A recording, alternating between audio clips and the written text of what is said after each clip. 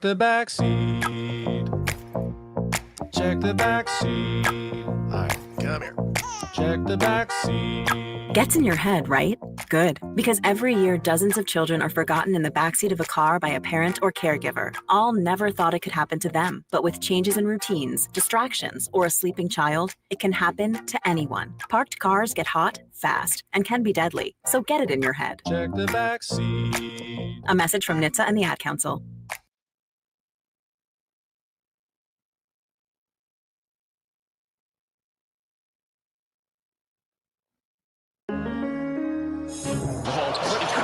Crossover. Oh, killer crossover. Just crossover. It just crossed him over. Next to another victim to the crossovers. Cross him up and sit him down. The crossover powered by Everlevel Concrete Repair in Omaha at everlevelconcrete.com. John, Josh, and Nick are here. Hello. Hi. Hello, Gentlemen. Happer. How are we doing today? Good. So did Team USA get swept in the first round? 3-1. Oh, 3-1. Yes. They're on the 4 balls. The 4 ball. Josh keeps saying that these guys are a 4-ball team. 4 ball. All right. So what was this morning was best shot, right? Or alternating shot? I don't remember exactly what it was. Yeah, I think it was 4 balls. 4 ball is when each of them play their own ball and the lowest score total wins. Okay. So it's still like a normal round of golf. Yes. Okay. Except for you get the team score. Right? Yes. Yeah. Yes. Yeah. They're just playing quads. So they have 2 right now, but those aren't done yet because they're only on 8, 7, and 6. They're trying to get some points. It took me a long time to get into the Ryder Cup for 2 reasons. Interesting. It's confusing. That was the first one. Yep. And it's during football season. And so Well, I don't have the time to watch it, you know? What's the point of the Ryder Cup? Well, it's America versus Europe. Yeah, it's just team competition. That's it? Yeah, that's it. Then watch Live. Oh, dear God. I mean, This is a team, He's Nick. technically not wrong they're because not it teams is in team Live. competition. Correct me if I'm wrong. I believe the Ryder Cup existed first. Yes. Yeah. The Ryder Oh, Cup's yes. been around for years. Which one do Yes. people seemingly like more? This Ryder one. Cup. Definitely this. The Ryder Cup. Nobody likes Live. Oh, the Yeah. people Except getting for the- paid a handful of Except for money. the golfers who are getting Yeah. paid a boatload of Some money. of which are in the Ryder Cup. Yes. Plus, it's had some incredible moments over the years, Nick. Some all-time United States meltdown. They usually do this crap. They just play like garbage here. They get so nervous. I mean, it's not America's sport. Europe should be good at it. It is true. It is their, I mean, they We're invented bad at team stuff in golf, it seems. Because like we had Tiger Woods, Nick. He's the greatest golfer. What's our sport? Like, I guess it's football, but Yeah, we'd kill. Well, we don't do anything on the Olympic football, level. basketball, baseball. We invented them all. Japan took baseball from us. No, they didn't. Yes, they did. No, they didn't. We One guy.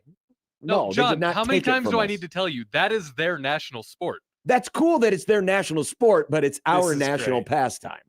We are still better at baseball. It is ours. Congrats to them for adopting it and being good at it. But They adopted it around the time we started doing it. It's basically as old in Japan as it is here. no, they didn't. They adopted it when Babe Ruth took the barnstorming over there in the 30s. That's when the Japanese were introduced to baseball. Nick, do you see the best? They had baseball young, before that. Do you see the best young American players go to Japan to play? No. That's right. There you go. They I'm come- not saying that Japan is the pinnacle of baseball. I'm just saying it's their pastime. It's their sport. Well, But if only one It's country more could popular own in it. Japan. I think baseball is more popular in Japan than baseball is here, is all I'm saying. I don't know.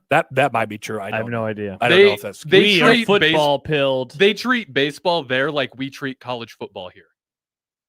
It's our second most famous sport. oh, No, it's as far, idiots run it.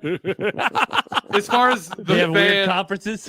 Is that where what's his name Delaney went? He's yeah. over in Japan. Japan college football. to take the east to the Oh, people forget that Japan is the East. Oh, it is the east. Yeah. As far as the fans and how the fans support the team and all of that, it's rowdy.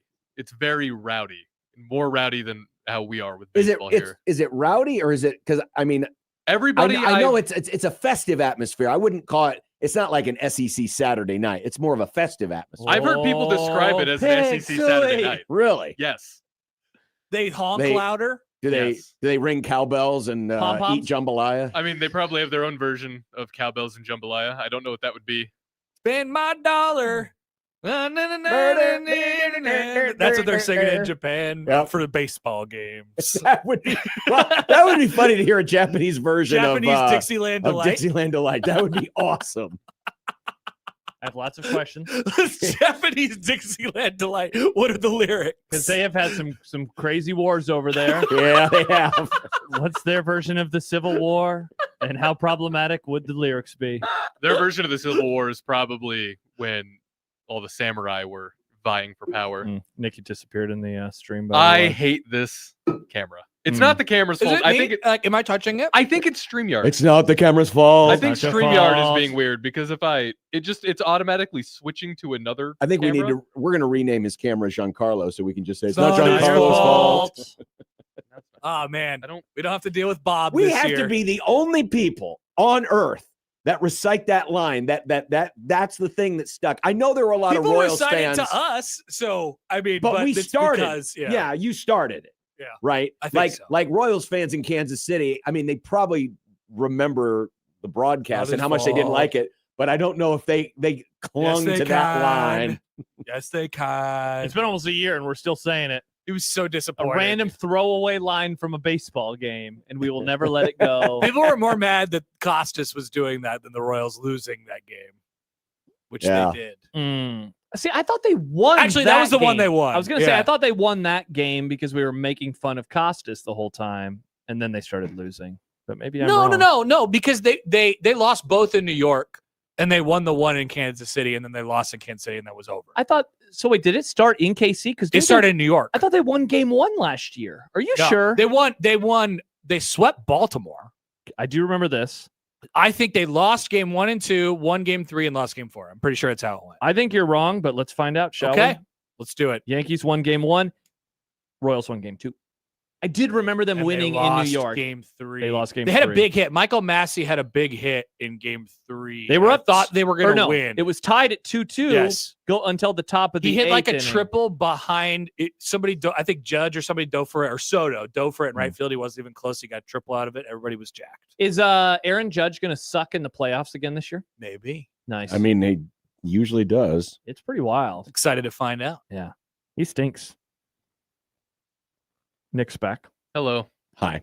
You don't Hi. have anything to say about Aaron Judge? He'll probably suck in the playoffs. He always does. There you go. Yeah, everybody knows this. Spoken like a true Yankees fan. And then Yeah. Ryan McMahon will be the Oh. MVP, and everyone will lift him up on his shoulders after they win the World Series. Hey, so I got a question for you, Rocky's boy. Yeah. So what are you rooting for this weekend? You need 3 losses to be the 3rd most losing team ever. Mhm. Well, in the modern era. They will not catch last year's Chicago White Sox. Yep, they already passed them. No. They will not catch them. The Chicago's already worse. Yeah, no, that's what I say. They're better than last year's. They will be better than them. Mhm. They could lose 119 games. How many games would you like them to lose? Pick a number in between 116 and 119. Wow, what a fun topic. Yeah. Did you Once- just add that to predictions for later? I did not. Oh, okay. 116, I guess, just because being the 3rd most losingest team in the modern era it's boring. And that's how You know? that's how many games the Mariners won in 2001 It would be an interesting mirror. before they were abruptly upset, of course, by the Yankees. I realize we have so many things going on this weekend as far as baseball and all these things that could end up in ties and stuff, but I'm really disappointed the Rockies aren't threatening the all-time war strike. I this know. weekend It as would have well. been so much more fun. You know what I also got sneaky mad about today? I forgot that they canceled potential game 163s. Yes. I hate that. They're done? Yeah, they Yeah, it's can't all exist tiebreakers anymore. now. It's all tiebreakers. Oh, man. I like game 163. Yeah, because you used to Those have are that fun. Monday where there I was used nothing to. going on. Didn't then the we Cubs lost play one. in Yeah, we lost recently, one. right? Like Yeah, it was like 2018, 2019? Probably It was, 2018. 'Cause I think I was 18. living downtown. it was 18. Wow. I remember that. They played the Brewers. The Brewers and Yeah. we choked. Scored like 0 runs or yeah, something. yeah, in typical Cubs fashion, we never lose 10-9. Why It's do I always remember that crap? I have 1 no to idea. nothing, That 2 is to a good 1. Josh. Yeah. There's something about playoff baseball when you lose. It always feels like you lose when scoring 0 runs. You never like, wow, what a fun game. Now Mike Great Schaefer's pitching listening and saying, performances. Game 7, bro. But otherwise it's like, Game 7, bro. But otherwise it's like, man, they can't get a hit. And then everybody is stressed the whole time. Yep. Baseball. Stibbs is like on top of the world.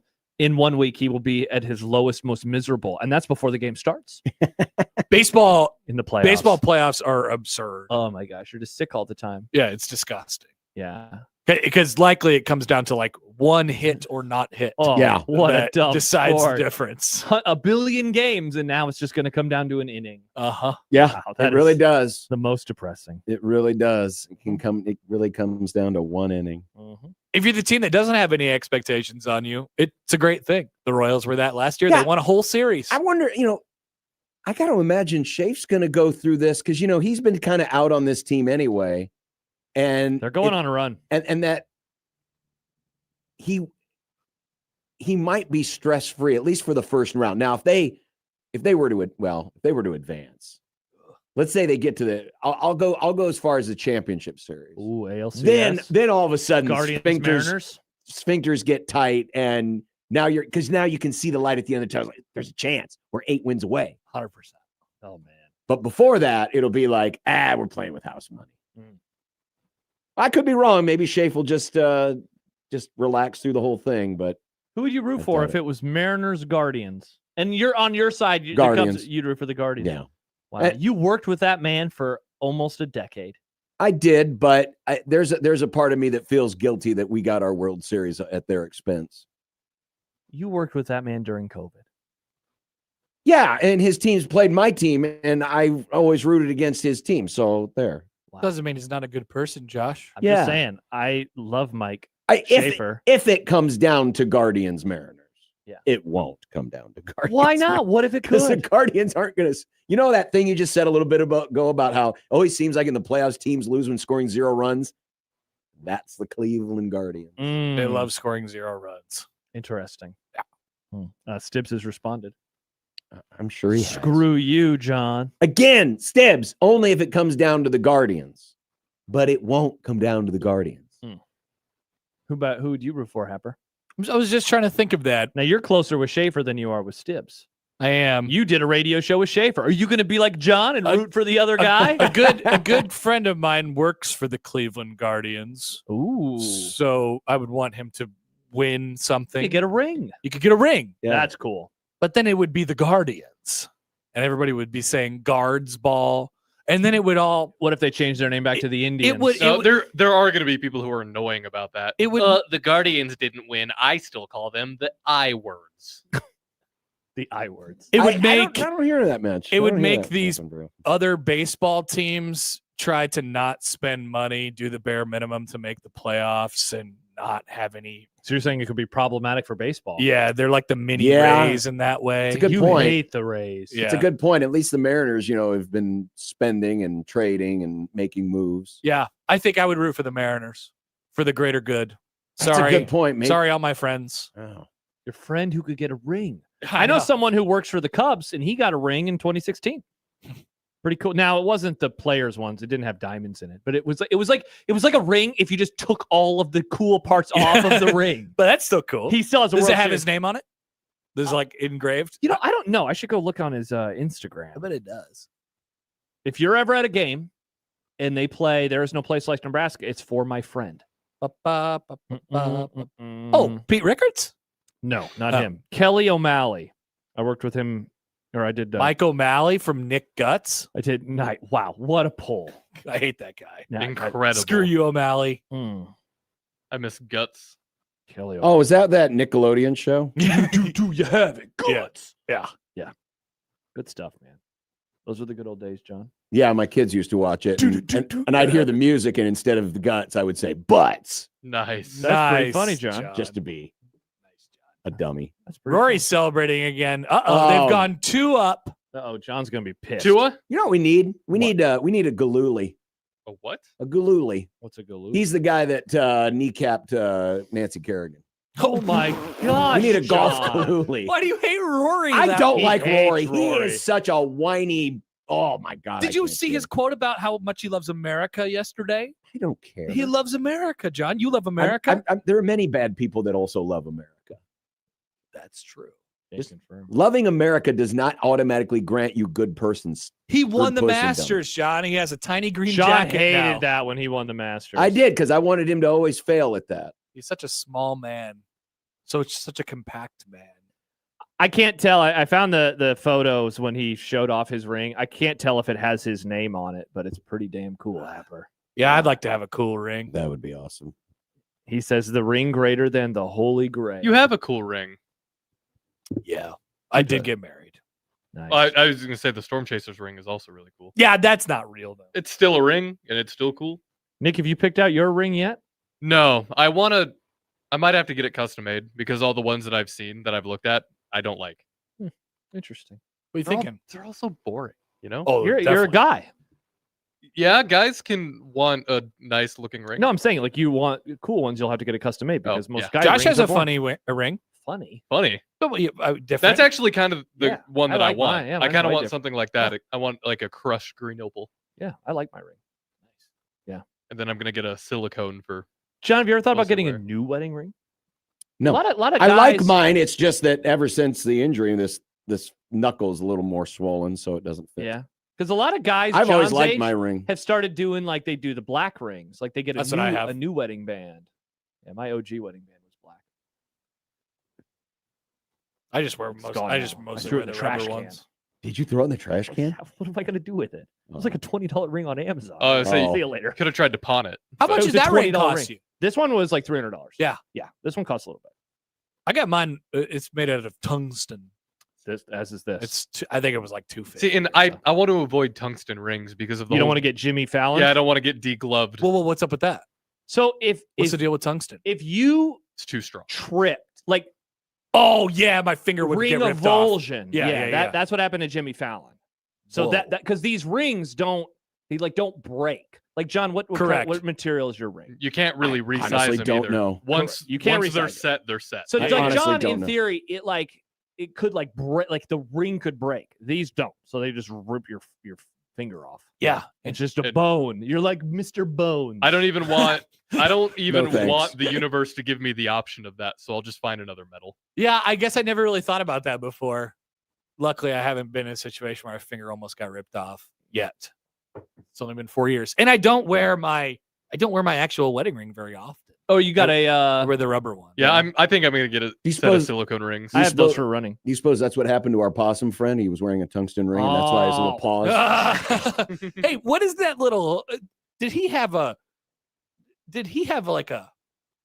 What do they call those? Tail. What is that little kind of spirally looking thing? Well, on the ground? that's his tail. It's his tail. Are you asking if it's his little weenus? It looks like he had a tusk. You know, it looks like a tusk. Tusk? Yeah, did he have Uh-oh. a tusk? Not that movie. Oh man. He didn't Maybe he have just had a tusk. little snaggle tooth. Yeah. Possums can have snaggle teeth. Mm-hmm. That was big. There's no possum dentist. Okay, so that was his tail. It Hmm. wasn't a tusk. All right, good. I don't know. Ben wants to know what's the kind that breaks. I need to know. Like a gold ring. Yeah. A gold ring would Just rip rip it. it. Gold is more malleable. Yeah. Yeah, Oh, yeah, it's a- silver. it's a I think- soft metal. Yeah. Soft. I think silver might just go. Whoosh. Yeah, I think I would like a silver with a crushed green opal. Yeah. You can find that out somewhere. Yeah. I looked around. There was a place that I almost did like a custom made ring, but it was like 600. Oh yeah, dude. Like that thing ain't moving.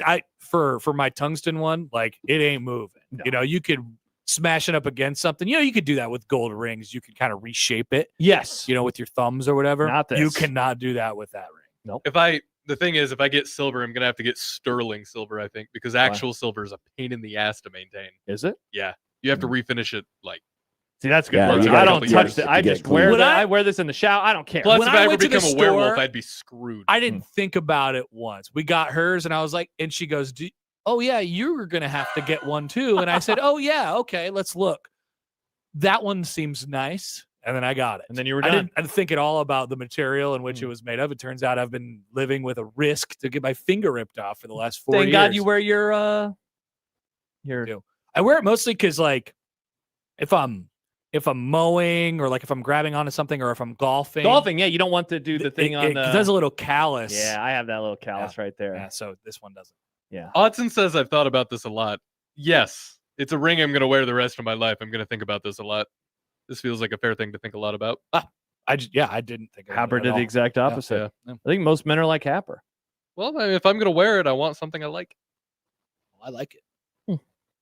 So you're going to overthink the ring, but not give us an open bar. Unreal. Can't believe you. I can't afford an open bar. Well, You'll you could have if you didn't. beer. You You'll could be if you fine. didn't. If you didn't have a nice ring. John, there will be If beer. you just got. If you just like wound up. If you just wound up some rubber bands and used that as a ring, You could just have do an the open silicone bar. ring, Nick. Or go to the dentist. You can at They least give you rings at the dentist. you can at least do like an open bar for just $16.20 the zone. Nick, I'm looking at tungsten rings on Amazon, $23. Just get a $23 ring. You'll be just fine. What do you think? What kind of tab could just us three rack up? You know, and at the open bar, a couple $100. I'll probably have max. 5 or 6 beers that night. Yeah, Celebrating $150. my good pal Nick Grimm. $150 for just us Yeah, three. Nick, you got an extra $150. Nick lying gets around. the silicone rings. That's 3 shirts. Just don't get 3 shirts. You'll be just fine. yeah, that's I'm being told I'm wrong. It is an open bar, but it's not like a traditional open bar. He got a Nick fact wrong about his Wait a bar. minute. This Wait a is second, I'm great. confused. What do No, you mean? that usually means free beer, but not liquor. No, that's exactly what it is. This is Okay. awesome. I'm totally fine with that. Let's go, baby. I guess We're we're back. I guess we're going to the ring, going to the wedding. Yes. Awesome. Good job, Nick. Thanks, Nick. That's awesome. Now you can go back to your ring shopping. Okay, Yeah. cool. Thank you. You're God, this welcome. is great news. This is great. Am I going to have to pick up your ring too? Like That'd be awesome. Yeah, it'd be cute. It'd be a fun little thing. You want to Yeah. be my ring bearer, John? oh my Sure. god! That would be great. I will. I'll come in. Wow. I'll come in on a little tricycle. Can we get one of those little Shriner cars for John? The That'd be pillow, fun. the rings are sewn to the pillow. What an excellent idea. I like this idea. John Bishop, the ring bearer. Wow. Incredible. Who's the flower girl? Mike wants to know, can I come to the wedding? You should do a contest No. where one listener gets to, and a date, gets to come to your wedding. I don't want that. That would be awesome. Maybe it's just the winner of the California Dreamin' Flyaway presented by Neutral Vodka Seltzer. Yeah, they Keep going, decide. Admiral. They Check decide. this You know off. what? I'll forego the trip. Can I go to Nick's wedding? Yeah. Kind of like also winning 2 'Cause that'll tickets to the Ultimate Blur tailgate party next week for the Michigan State game. There's more of a chance for conflict at Nick's wedding than there is in the Nebraska UCLA game or resistance. Oh, man. Great point.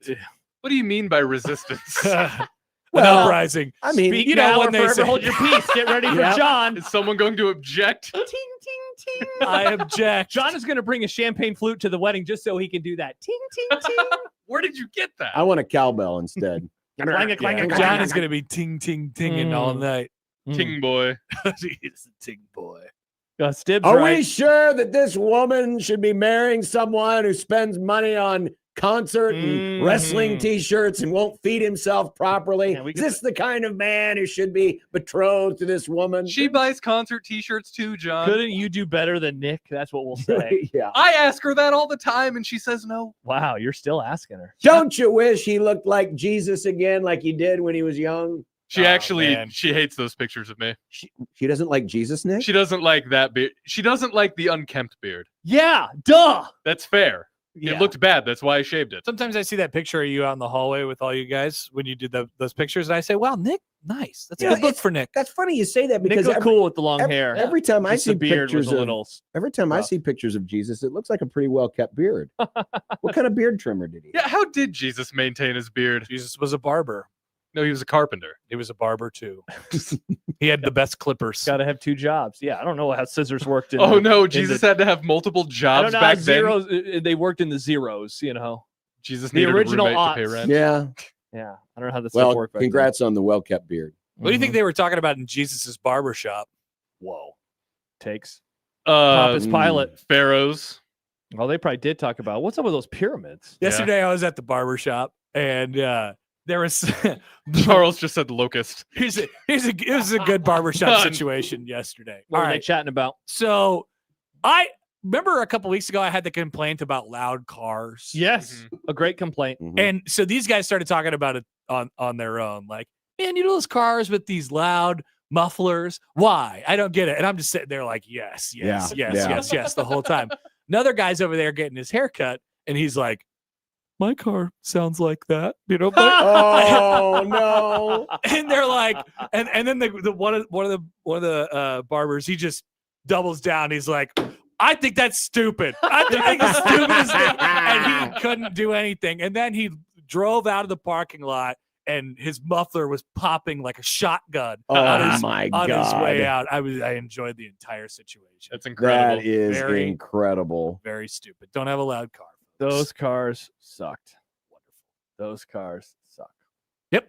Yes, I think they people do. keep calling, by the way. Looks like our thing broke. It doesn't light up anymore for phone calls. It cascades. Oh my gosh. Oh, the cat. I thought the thing stopped working when we got the new phone system. Somebody, oh, this is great if anybody upstairs is listening. So there's a problem with the phones during Big Red Overreaction because I saw a comment on our YouTube stream the last time I hosted where it said, answer your phone. So when people call, they still It don't rolls. get a busy signal. So when you have a Right. when you have a full dock of lines, I did this last week. I tried to call you guys last week and it just because rings you said forever. call and see what happens. It rings forever. It just rings, and you could hear it in the rings. It like resets. Mm. It almost like it goes, but it just keeps going. It will go forever and ever and, And ever so and ever. Chris Prudon is listening right now. I want you to just sit there and think about phones that you have called before that have rung forever. Has this ever happened and you said this is a normal phone line? It's not. Can we get a GD busy signal? But I thought one time we recorded a message or something. Nope. Well, we did. It doesn't work. Well, okay, I so could've that's swore- different could've swore because we did. you have to get in when it will still ring if there is a line available, and then obviously either someone will pick it up or it will get to that message, right? If it doesn't ring for long enough. But if there's no line available, it will reset and keep ringing and ringing. Forever, John, There's got to be a way. for the rest of time. Yes, it's called get a better phone provider. That is what I would do. Remember used how to the have a phones phone. It'd be nice if we had a setting where it was like, hey, where we could like reduce the number of phone lines. Yeah. So in other words, there's have there's like, I don't know, there's let's like see, 1, 5 2, 3, lines, 4, right? 5. And we There's could busy 5. them all. We could block them all, right? Well, right no, now. but it's a deal where we set it so it sets it at 5 lines for the whole building. Because isn't the whole point this is when you're calling in on that line, you're actually calling the whole building. Isn't that what it is? No, Because it's the whole phone system. No, it's just this. We share the same phone system with everybody. But it's different numbers. Yeah, it's different Well, numbers. it's different numbers. The front but that desk is doesn't matter. 402-342-2000. Yes. That is 342-1180. No, I don't understand Yeah, this. this thing. is- It doesn't make a damn bit of sense These to me. numbers work for this phone and that number. Anyway, the caller VIP line, baby. the caller But said that's not VIP anymore. VIP It's isn't that matter. it doesn't exist. Yeah. The caller said John should dress up like the Cubs mascot and he can be the ring bear. Oh, that's a great idea. Good What, one. the pantsless one? Except with I want you to Clark? wear pants at my wedding, please. Remember that Cub John mascot, loves John? Clark the Cub, I'm sure. I'm Is that a what the huge Cub's fan. name is? Clark, yeah. Well, it's because they're on Clark and Addison. Oh, I'm- that's fun. I'm Is there guessing an Addison? there's not an Addison the bear, though. Addison is a better. If Better Clark, bear name. if Clark had a female mascot, her name could be Addison. I mean, That's it's probably true. for the Why do best they though, not because I do mean, that? have you seen what people do to Mrs. Met? They do that to the bear. What do they do What to do they Mrs. do? Matt? People sexualize Mrs. Met.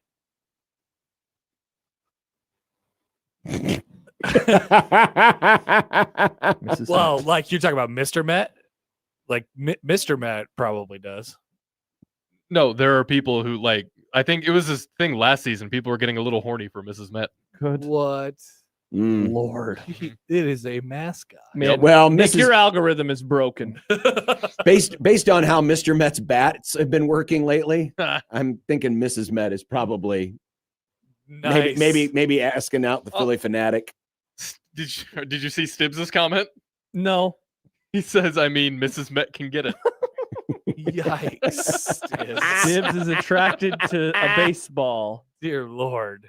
Ben says, Josh, you're on a work computer. No, I'm not. Also, all I searched was Mrs. Met. Yeah, I didn't it's even know there Mrs. was Met. a Mrs. Met. I just Type knew in about- Mrs. Met hot and see what you get. Oh God, this could be bad. There's got to be a Reddit thread. This Is could Mrs. be Met bad. hot? Miss Met. There is on the New York Met subreddit from a year ago. Please Told do you. not sexualize Mrs. Met. There you go. I think Yeah, she is a Hate married to woman. spoil it for you all, but Mrs. Met wears a prosthetic ass. Oh yeah, that's what it was. People like Mrs. Met's Does ass. anyone else find Mrs. Met attractive from 2019? Oh, no. Yeah. Well, good lord. I mean, you got to remember these are people from Queens. What is Mr. Met? Chop liver? Somebody thinks Mr. Met's hot? Wow, poor Mr. Met. I know. Are they still in the playoffs? by a game? This Yeah. is crazy. I didn't know this. So I told John yesterday, I listen to podcasts and they have Mets fans. They're Mets fans who host them. So I thought that they were like 8 games out by now because they were all like, well, the season's over. Oh, They're no. still in the playoffs. Oh yeah, Yeah. this is what Mets fans. Yeah, Mets fans are exactly. insane. Exactly. They're really Everything is the worst I thing think- ever for them. I have a take that Mets fans might be the most annoying fans on the internet. Yeah, I Pound can for pound, buy they that. suck. The fans have these weird rules too. Have you ever heard about this? No. Okay. Well, one of them's don't harass Mrs. Met. That's That's one a of good them. rule. That one's Rule 34. Actually, that's really funny. Look up Mrs. Met Rule 34. I will not do that, Nick. I don't know what that means. So what are their rules? Nick has a weird smile going on. I think he's lying right now. I don't know. Well, one of them is don't harass Mrs. Met. That's Rule 34. We talked about that one. What are some other rules? You have to kiss an apple I don't before you go to a game. Is he don't making this up? I What's he think he's doing? I don't know. He's trying to do a bit. I don't. Rule 34 must be something bad, so I'm not going to Google it. It's a porn joke, says Odson. Nick, you are disgusting. Yeah, I just wanted you to Google it. No, this is a work computer. That's not. Rule 34. How is that a? Okay. Do you want me to explain Rule 34 to you or no? 100%. Yes, that's what I've been asking for. It's an old internet rule where if it exists, Oh, yeah. there I've heard is this. porn of it, and if there isn't, then there will be Okay, about everything. that's a rule. Yes. Definitely. Yeah, It's called Rule 34. Okay. I didn't know about that. If it exists, there's porn of it. Mm-hmm. Oh, for sure. That's true. So there's porn of Jesus, Nick, and his beard. Probably. Gross. Yikes. Don't want to watch Yeah, that. I don't think that's a good idea. This crossover has come to a screeching Paper towels. halt. There's Yeah. absolutely paper towel Rule 34. I kind of want to just eject on this and say see you later to Happer. All right, bye. Yeah. Wow. Yeah. I Wow. think you're probably right. You know, it's, it is what it is. Okay. All right. Happer, enjoy your weekend I'm going to. Thank with you. your new Yeah. hoodie. Oh, yes, this is new. Oh, that's cool. Yeah. Thank you. I don't really need to wear it, but it was chilly Dude, this it's like morning. 90 now. It Yeah, was it's warm chilly out this there. morning. It was in the 50s when I left. Yeah. so. Oh, he's just trying to be like Mike McDaniel. Wear a hoodie all the time. No, I'm gonna take it off probably. Nice. Then I'm gonna go to the volleyball game You where I go- will need some sleeves because it's cold. in It's there. chilly in there. Yeah. It's chilly. Do they keep it? They keep it chilly? DJ So Cold Arena, John. Really? Mhm. Why? You should visit sometime. Because Well, then I it gets, have. I just never. it gets remember really eating. hot really fast. Oh. So Of they like athletes. they like super duper cool it down. It's like going to Oh. a hockey game. Okay. You can't have a hockey game at 80 degrees inside. That'd be bad. It'd be by bad. the second set, it's a normal temperature. But you got to get there. If you Okay. melted also, the there's got to be something about the ball flight too, and the humidity and the whatever, and Hadn't with thought the about that. volleyball because it's just kind of It's so very light. airy. Yeah. if you melted all the ice in a hockey rink, how deep would that water be? It's not very. No. It's maybe like this. Yeah, it's. I think I want to say it's only a couple 3 inches thick. I think. I don't know. I honestly don't know. how I've, thick is the ice? 1 to 1.5 inches. wow, Wow. that's it. No See, I water. remember as a kid, I always thought it That's was so like much. it was ice. Well, because they paint the floor white. That's why. And then it they looks paint like- the- Oh, they do? Yeah. all the Whoa. logos are on Yeah, the floor. They're on the floor. I thought they treated the ice to make it that color. I No. didn't think they painted the. No, Oh, those are all of they're, the stuff is on the floor. well, it's and some of it's not even painted. It's like vinyl, like the blue line is along. Oh, that's cool. Yeah. I had Vinyl It no is clue. cool. strip. You should watch it. There's plenty of videos of them doing it.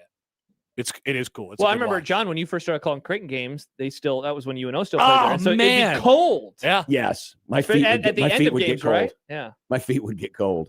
that's funny. They There's still only, have the hockey boards up in some of the. They do. in some of the places. Yeah. Well, that's because your Disney on my ice Yep. and stuff still will gallivant through the region. Yeah. There you go. All right. Those were different times. Bye, Happer. Great to see you. Thanks, Have a good Hap. weekend. Bye, Happer. Goodbye. Yep. Have a Enjoy great all the weekend. work. You too. Oh, we're good. Do you get any days off? Sunday. Enjoy Sunday. Not a thing on my calendar Sunday. I thought gonna there was watch- volleyball on Sunday. Saturday is. Oh, that's volleyball. right. I keep forgetting. They're back to back this week. Yes. You gonna watch some football? You Yes, gonna I see am. the Panthers? Sure. They're a team that's They playing. They are legally a team. They're still. your favorite team. I love them. Yep. They won last week. People forget that. 30 Bye. to nothing. Bye, Happer. Bye. That is the crossover powered by Everlevel Concrete Repair in Omaha, everlevelconcrete.com. One Beer Friday, Grum next on 1620 The Zone.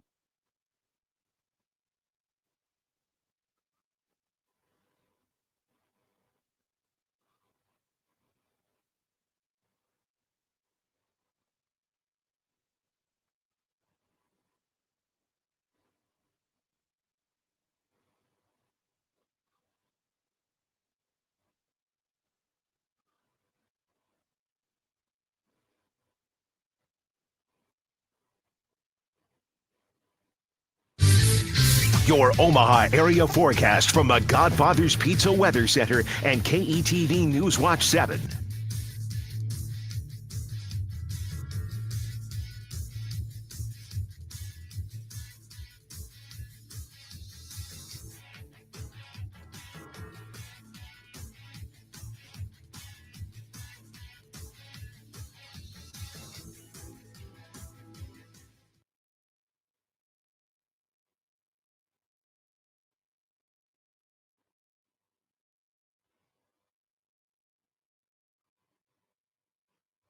At Sid Dillon Chevrolet, get employee pricing on over 200 select Chevys. Shop at Nebraska's #1 volume Chevy dealer group or at SidDillonChevy.com. Together, let's drive.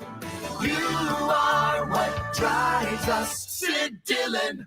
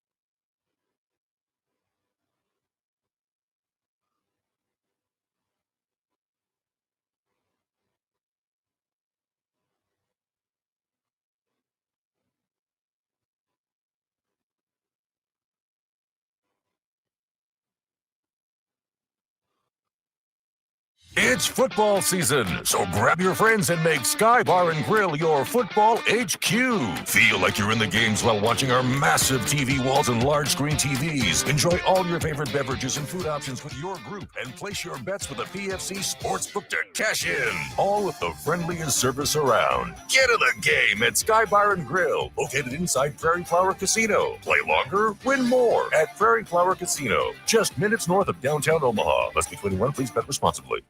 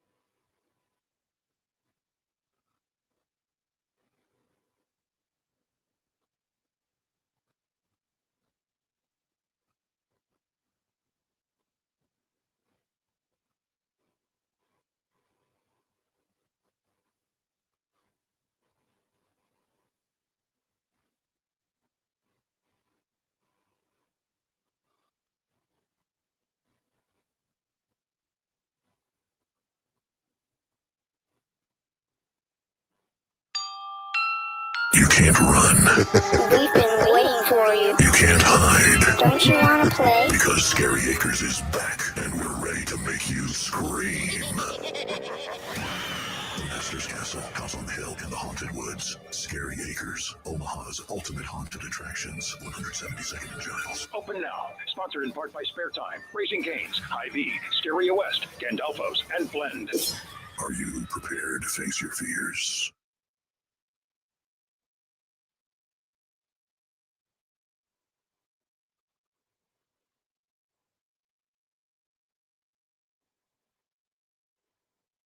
KOCN. Unsportsmanlike conduct on 1620 The Zone. Husker Athletics, Creighton, and yes, UNO. Don't miss a moment, they'll give you your fix. They're on every day from 2 until 6. Spend your afternoons with Josh, and Nick.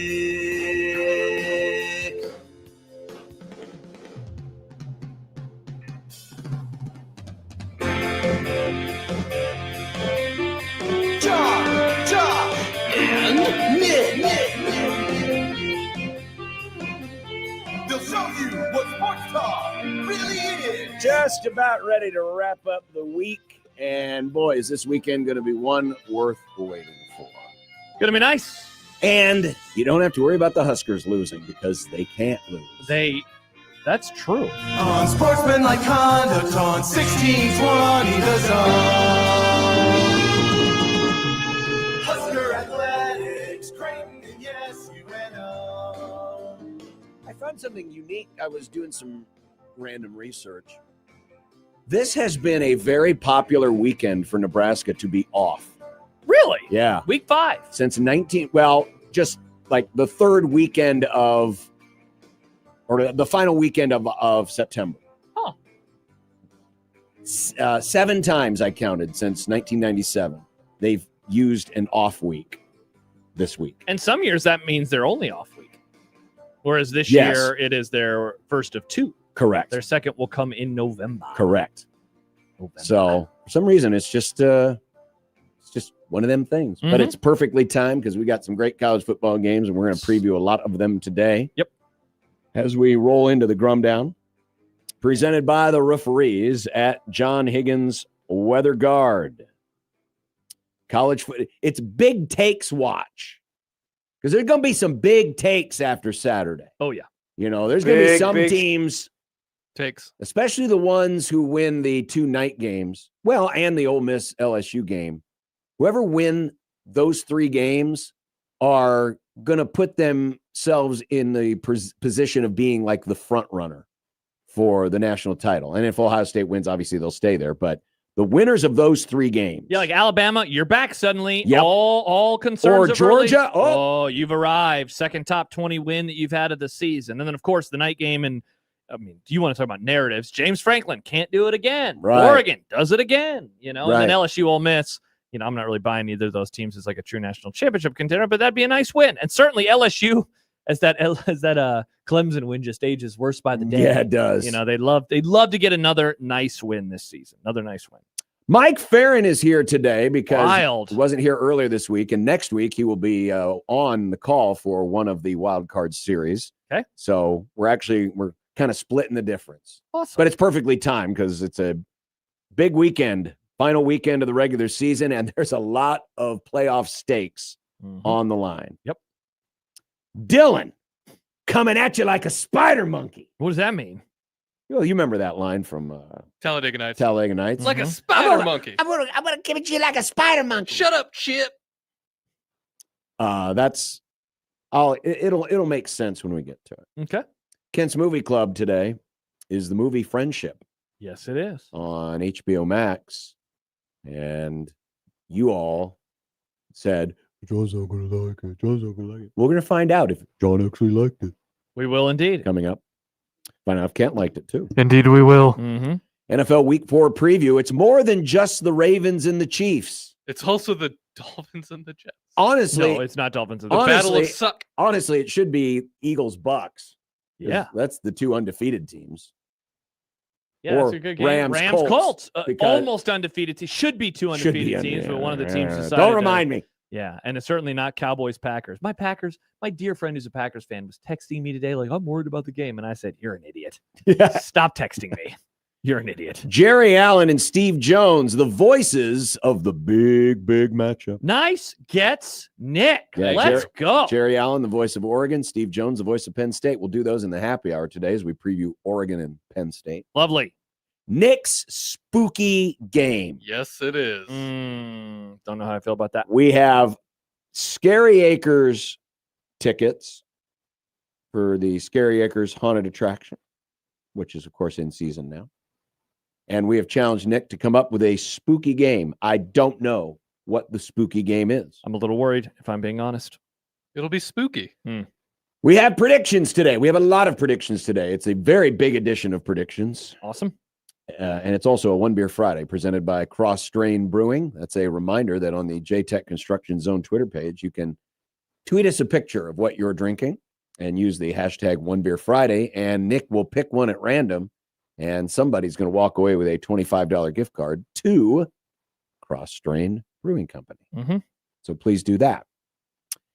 And we say goodbye to our friend Matt Vrzal, who we found out yesterday passed away at the age of 51. We were late in the show yesterday when we got first word, but we were in no position to confirm it, and we certainly did not or were not going to be the first people to report it.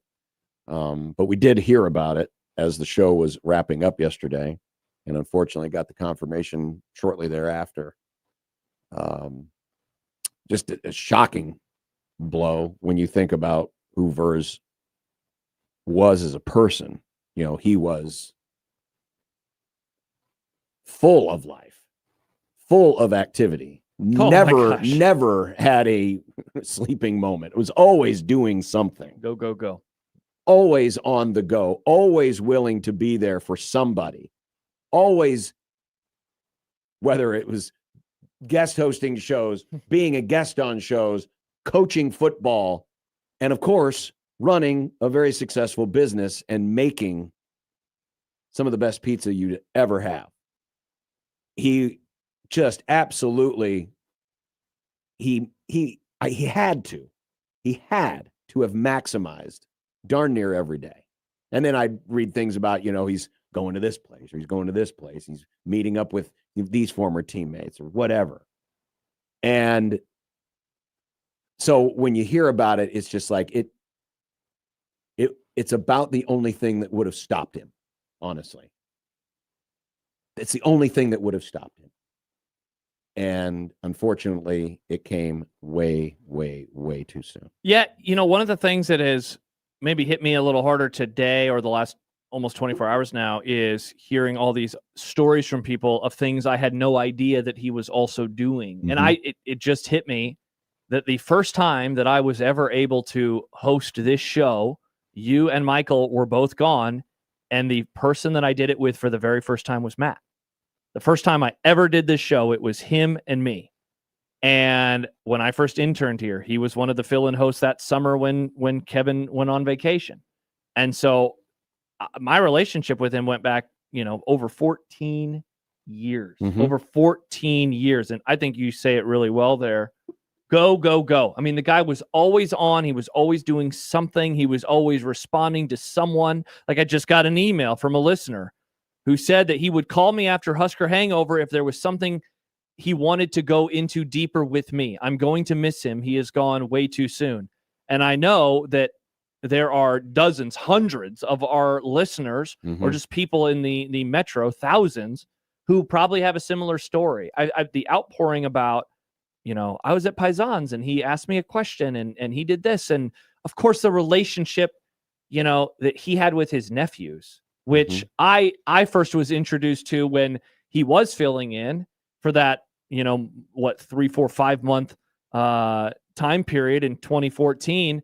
And he was like, look, I'll do every day, but I'm going to be gone in April or whatever it was. I'm going to the Cubs game. And the relationship that he had with them, it's it's those types of people in his life that I am thinking about today. Yeah. It is Damon, one of his, of course, former teammates, someone that I'm thinking about. It is the coaching staff of Omaha Scott, and all the other people that it is his employees, the Paisans. It's all the people that he had an impact on over the years. Matt, like you talked about, and there's so many cliches, when something like this happens, but the cliche of, he'd be the first to give you the shirt off his back is probably a very apt description of Verz. So, when we were going through that interim period back in 2014, after Michael had left, and this is before Josh started as co-host, he was producing, obviously. We were in that interim period where we'd have, various different co-hosts come in and co-host with me. And Josh, you can help me with the memory of this, because how I remember it is I was sitting right here and it was during a break. Yep. And I think Andy, who was our general manager at the time, had come downstairs and we were kind of talking about, who are we getting in to fill in, blah, blah, blah, blah, blah. And Verz happened to be co-hosting that day. And he immediately said, I'll do them. And it took me back. It took me aback for a minute, because it was like, are you sure? Because this is when he's just getting Paisans off the ground. It had to be within the first year of the restaurant opening. He's getting his new business off the ground. So he's already busy. And so he's already busy. And I can't tell you how much, I didn't mind hosting with all the different co-hosts that we had. I think Jay Foreman was here for a few times, and I'm trying probably to some of the writers. I think Shafe may have been in or something. But to have a consistent co-host every day, and someone who, we were about the same age, we kind of spoke the same language, both from small town Nebraska, both Cub fans.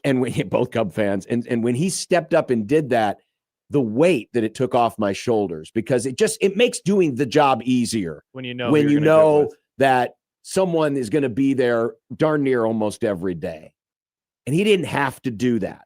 Sure, he loved to talk. Sure, he loved to opine. He loved to, go on and on about Big Red, which is why he did so many guest shots, did shots with the morning show. But he didn't have to. He could have still done the guest shots and probably been just fine. But he was willing to come in and bail us out. And we had some great times in those. And I can't remember the exact number of months it was, probably about 4 months. The best memory I have is of the Husker draft. The Husker draft I did when Josh picked Maurice Purify. I swear it was your very first pick. Well, remember, he shows up. And Verz and I were just like, what are you doing? He shows up and he has the pizza boxes, first of all. He did. That's where he had like pizza boxes. And remember what he did? He laid out all of his rings on top of the pizza box as a way of intimidation. Yes, he did. He had his rings up there, his Big Eight rings and his national title rings. And he took it, he didn't have to take it that way. He could have just, shot the you-know-what with the rest of us. But no, he made it more of a production, and it was so much fun. And it's a moment, 11 plus years now gone by, that we always reference. Right. And so, like, whenever we talk, and that part hit me last night. Whenever we bring up Maurice Purify, he was in the room. Exactly. I don't think of Maurice Purify for his catch at Texas A&M or anything he did on the field. It will always be from that draft. Yeah, and the other Verz made that possible. One of our listeners, Steve, he reminded me of another thing that I had forgotten about, and that was when I said I was going to have a Boulevard wheat with a lemon, and he was like, Boulevard wheat with a lemon. I can hear the way that he said it, and I can hear that kind of sly, like, are you serious, Josh? But also, like, that's pretty funny, and the impact that he had will go long beyond today, long beyond tomorrow. It will extend for years, the impact that he had on the youth of this city, and the players that he had, of course, his former teammates. And it's for I thought Odson put it really well. A lot of former Huskers, when you think of them as former Huskers. Mm-hmm. I I don't know what to think of first with him. Business owner, funny guest, host, coach, former player, a variety of things. And I think he always was able to live in a variety of worlds in a way I think we'd all want to be able to do. I mean, to me, he was always there for you. Yeah. When he had no reason, we didn't necessarily have any reason other than he just wanted to be either a good neighbor, a good businessman, a good teammate, a good coach. He was always there. Yeah. And, I had a chance this morning. I was just reading through, various different social media posts, and to hear the stories of how, customers Matt would treat them, because they were new customers. Now, sure, is a business decision because you want people to come back, but Matt brought a small town attitude to the big city. I mean, being that it was a pizza place, but it was really his bar. It was his place where he could shoot the breeze with anybody who came in as they're having a drink and having a slice, or he's in the back, making a pie and he's having a conversation. It was like his own little small town bar that just happened to have kick-ass pizza. And just the little mannerisms and the things that he would do and the way he would do them is so reminiscent of your small town tavern, your small town bar where everybody knows your name. Mm-hmm. And darn near anyone that ever came into that place, if they didn't know him before, they would know him afterwards. And they would be either a customer or a friend forever. And you don't get that just because you put out good product. Correct. You get that because you're a good person putting out good product. And that was Matt in every phase of life. It's hard to talk about him in the past tense. It really is, because, and even though I have not spoken with Matt in several years, because he's been, a morning show guest, and I've just, occasionally, a Cubs thing will come up and I'll hit him up on Twitter, but I hadn't spoken to him in several years. But I guarantee you, if he would have walked in that door today, it would have taken up right where we left off. We would have been able to connect on either the Cubs or the Huskers or whatever's going on in his world, his cars. I know he loved his Bronco. Anything. Yeah. It's just the kind of guy he was. And he will be missed incredibly by so many people in so many communities. And even though he's taken from us way too soon, I hope and I pray that Verz went to his maker knowing how much he meant to a lot of people and how good a person he was. Because sometimes you don't realize that. I tend to think that Matt had a good self-awareness about him, but I hope that his final thoughts, at least something in there, was how many lives he touched and how good a person he was and how giving a person he was. Yeah. We're going to miss you, big guy. We will not forget you. Absolutely not. Matt Vrzal. Thanks, Verz. We will take a break, come back, and Mike Faren will join us, and we will shift the conversation over. The Cubs are actually winning. Verz, got to take us home, baby. We've been struggling. You got to help us get home. Talk baseball in the final week of the regular season next on 1620 The Zone.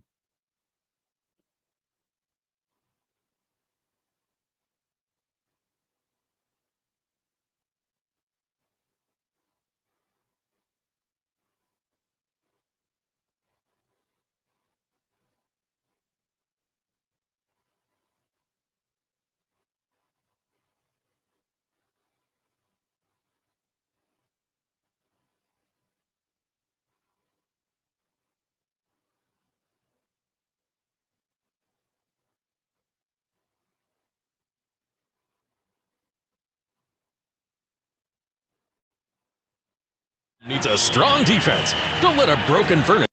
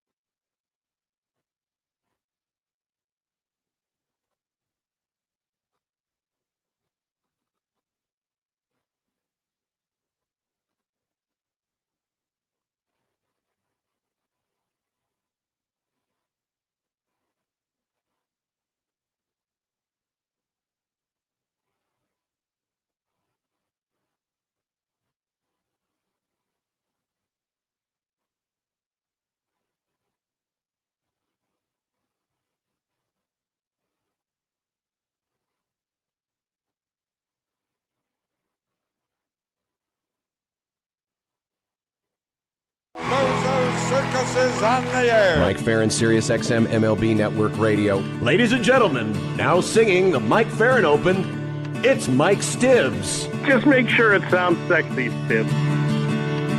Lord Almighty, how can you stand Arizona? Your fair skin must be burning down into your absent soul. Mike, Mike, Mike, Mike, we can barely hear you. It sounds to me like you called us from inside a hole. But your phone calls lift me higher, like the ERA of Mark Pryor. Your hair looks like it's on fire. You're Mike Faren. You're just a hunk of burning love. You're just a hunk of burning love. And when they decided, we play 162 games, but why not have 8,000 teams in the playoffs so we can have an exciting finish to the regular season? And by golly, by gum, we do. We got races all over the place. We got the AL East is up for grabs. The AL Central's up for grabs. The wild cards are up for grabs. Everything's up for grabs. Home field is up for grabs. Mike Faren is up for grabs. Oh. John's top 12 for the CFP up for grabs after Nebraska's loss last week. Homer. Yeah, that was.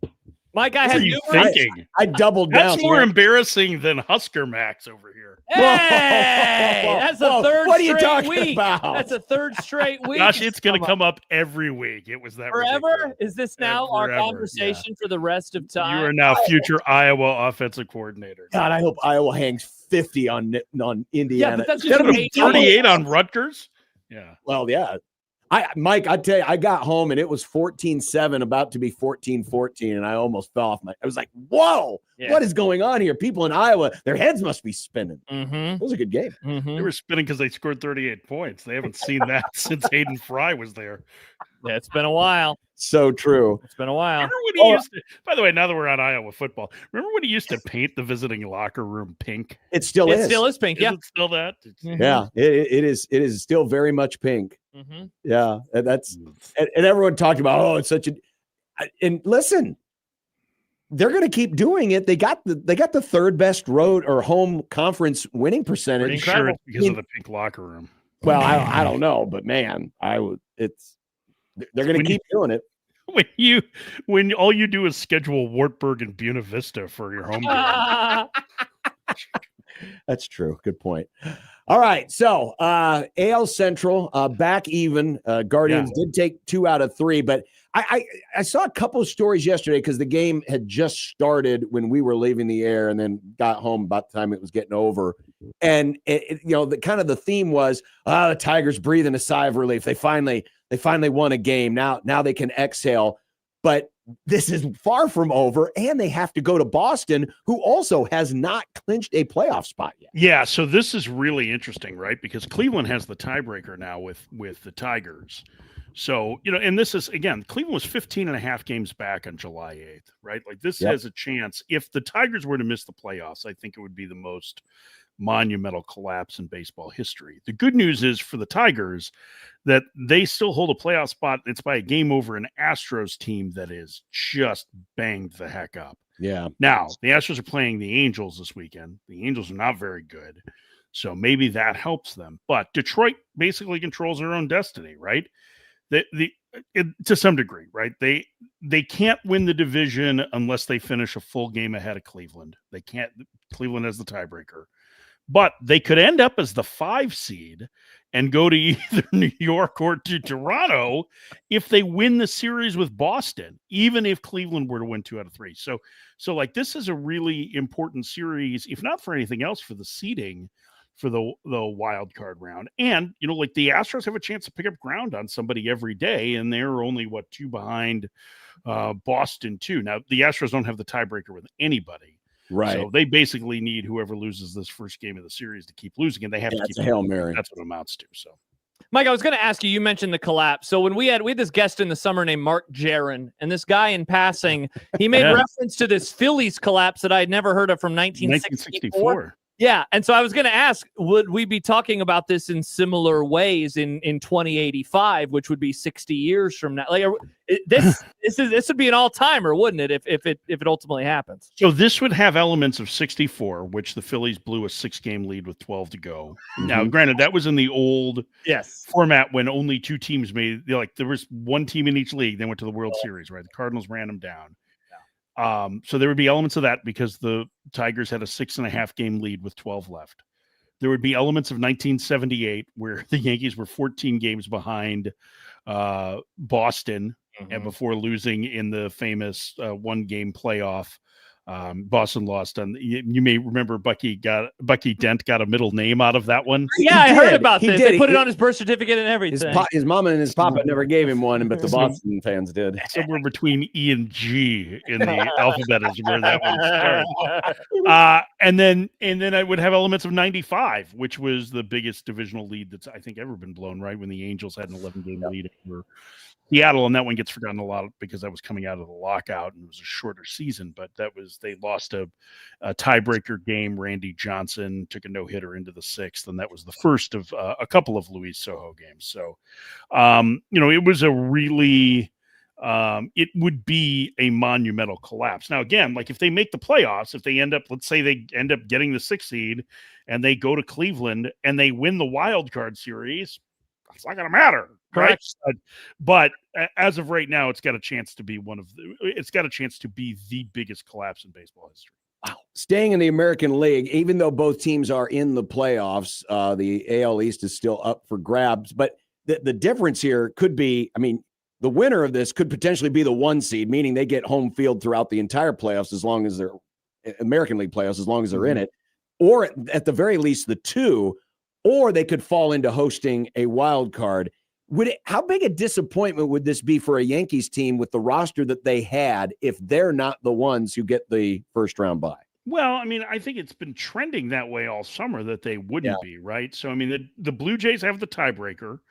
So the odds are overwhelming. Listen, whoever wins the East is most likely going to be the number 1 seed. Correct. Seattle doesn't have a tiebreaker with either team. They're locked. They're not locked in, but they've got a bye. They're going to end up as the 2 seed most likely. So you're basically playing for, are you hosting a wild card round or are you hosting game 1 of the division series? Is it a disappointment for the Yankees? Yeah, I think anytime the Yankees lose a game in the middle of May, the sky is falling, right? Like that's the end of the world. So is that a disappointment? Yeah, I think so. They had high expectations of the reigning American League champions, but I think it's a disappointment in the same way that the Dodgers not winning one of the top 2 spots is too. They're still in the playoffs. They're still going to host a playoff game in the wild card round. Like, I don't think it's that big a deal in the end because they got there. If they were to miss the postseason, I think that would be a bigger issue. But the Yankees are going to be in, and I think their roster is pretty well built for a postseason series.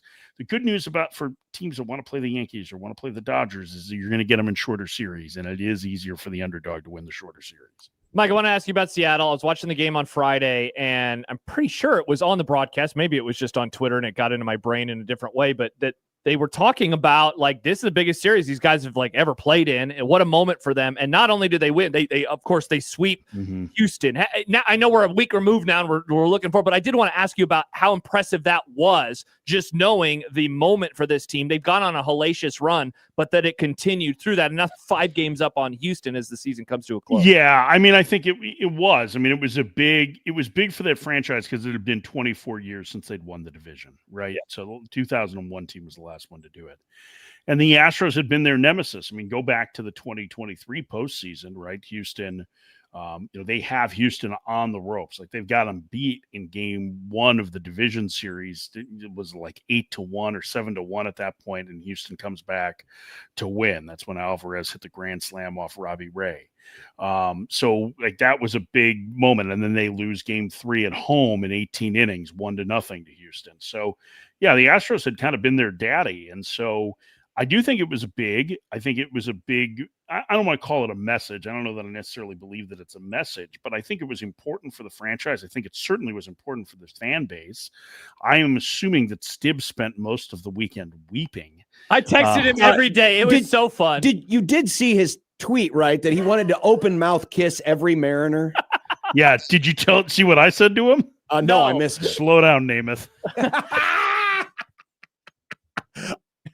Good reference. That's a good pull. I want to kiss you. Poor Susie Colbert. She did not deserve that. No, was she a did total- not. Total She did freaking not. pro. So Neither yeah. do the Mariners. No. Well, maybe more, but that's By the way, speaking, I gotta show this real quick because Yeah. Stibbs alerted me to this. We have a running joke here on the show about we want to create our own Vietnamese restaurant and call it the Pho King. Oh yeah. Yeah. So the big dumper, Yes. Cal Raleigh. This is amazing. By Check the out way. the shirt he was wearing. It is a shirt of all of the ingredients that go into pho, and it's called the Pho Kit. Yeah. So do you know the story behind this photo too? No. The story is awesome. Oh, is So this the guy the who's guy holding who the did bat? all? So this is the guy Oh. standing to his left. If you're watching in the stream, you can see this. If you're not on Yes. the radio, I'll try and describe it. The man wearing the T-shirt, Cal Raleigh, is posing with a family of 4, 2 boys, a husband and wife.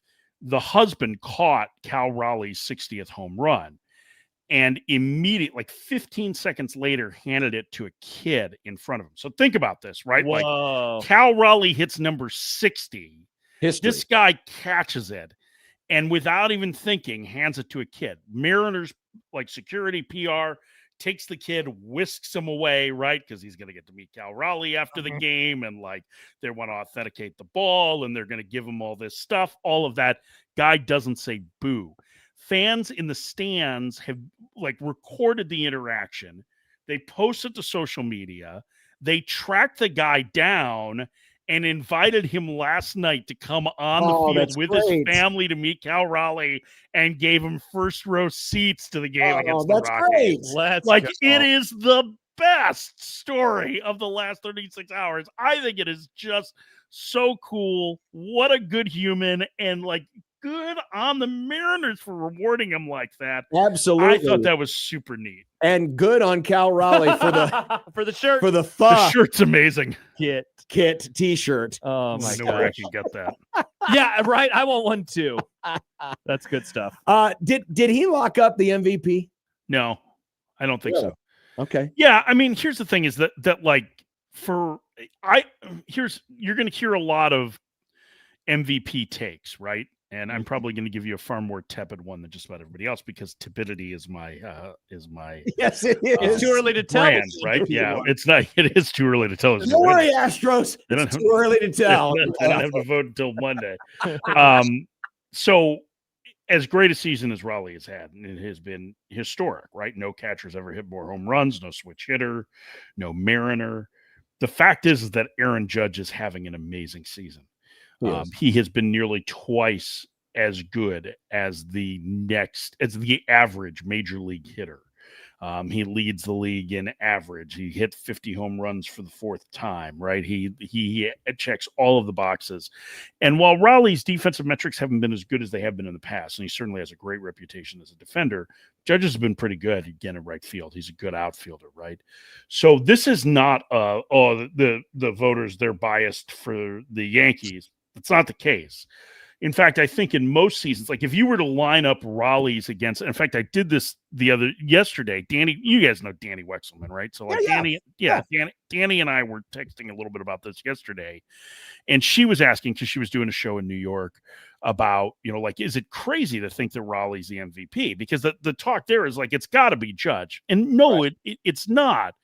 But like when you start using wins above replacement for what Raleigh has done, it's like the 12th best season for a catcher overall. Really? And not the best when you start factoring in defense and the era and how well he played. So like Piazza in 97, remember this is before Dodger Stadium got renovated. So it's probably the closest comp to what we have at T-Mobile Park, was basically a 9-win player. Gary Carter in 82 with Montreal had a monster season. Bench had a couple that were great.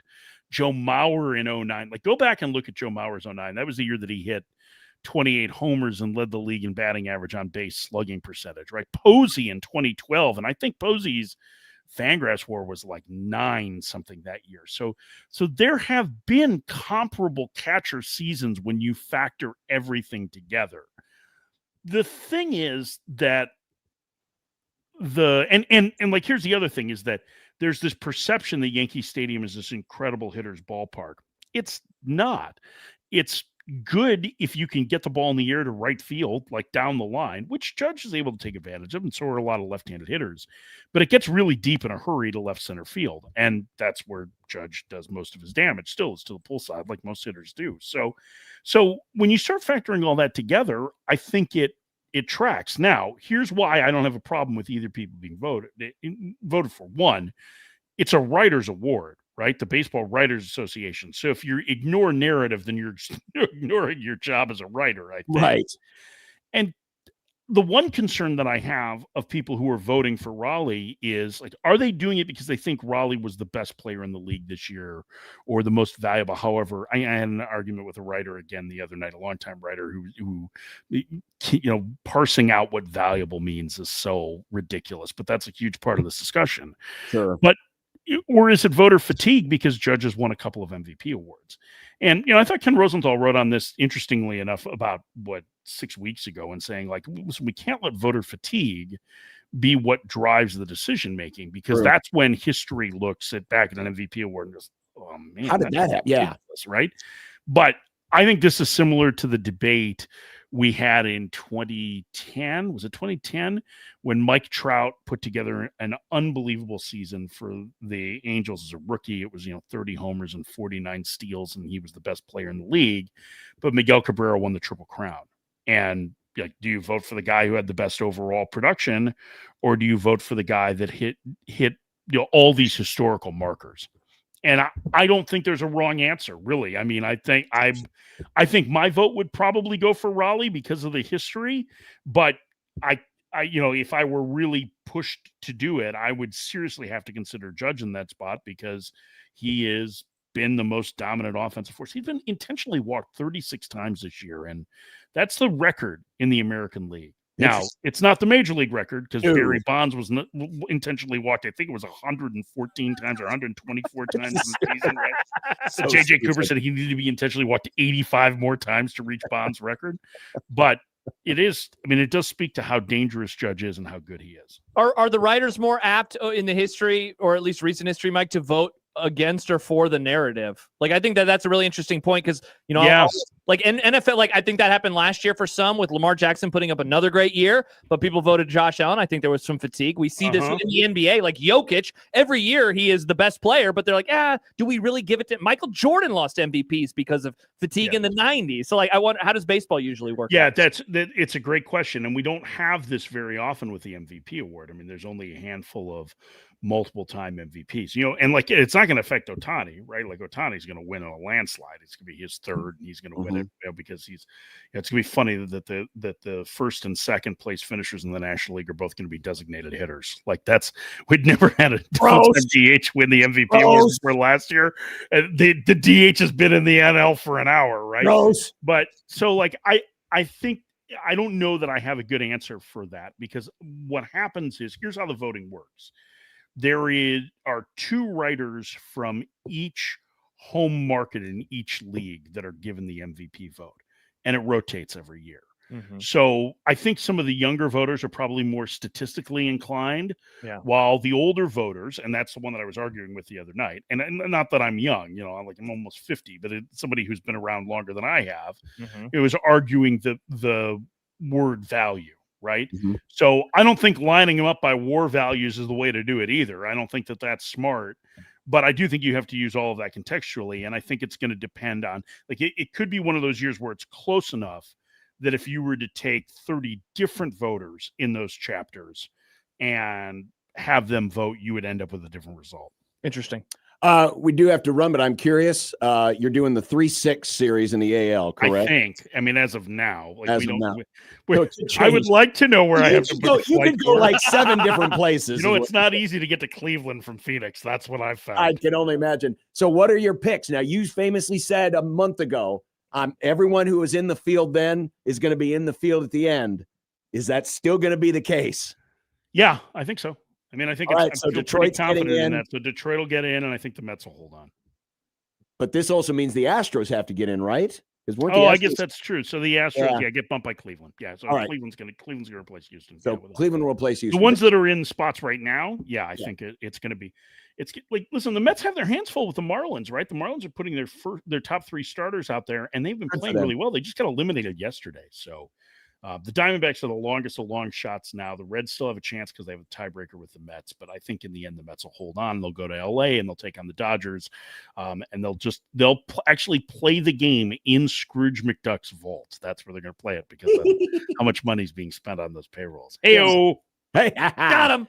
ESPN TV? Radio. ESPN Radio. That's awesome. Kyle Peterson, KP and me. Oh, my God. It's like the College World Series combined. I know. Fortunately, we don't have Berkey. He's doing the Cubs and Padres series, I think. So Cubs and Padres. Well, That's so cool. I love that I get to watch that finally. Good news is that'll be over in 2, so he might be able to join you in time. I want to point out, John, that it's most likely, especially with the Cubs winning today, are they still up? It was 3-0. They just went up 6-1. So the Cubs are going to end up hosting that, and the Cubs are 2-0 against San Diego Lifetime at home in the playoffs. I'm aware, but that was before all of these players were born. And I don't know. Steve Garvey ain't getting 5 hits. Luis Arraez might, but Steve Garvey ain't. I don't know if you watched this Cubs team in the second half. They kind of stanky. Let me give you one little thing on the Cubs that I've noticed recently. Yeah, nugget. Yeah. The at bats that Seiya Suzuki had in that Mets series were really, really good.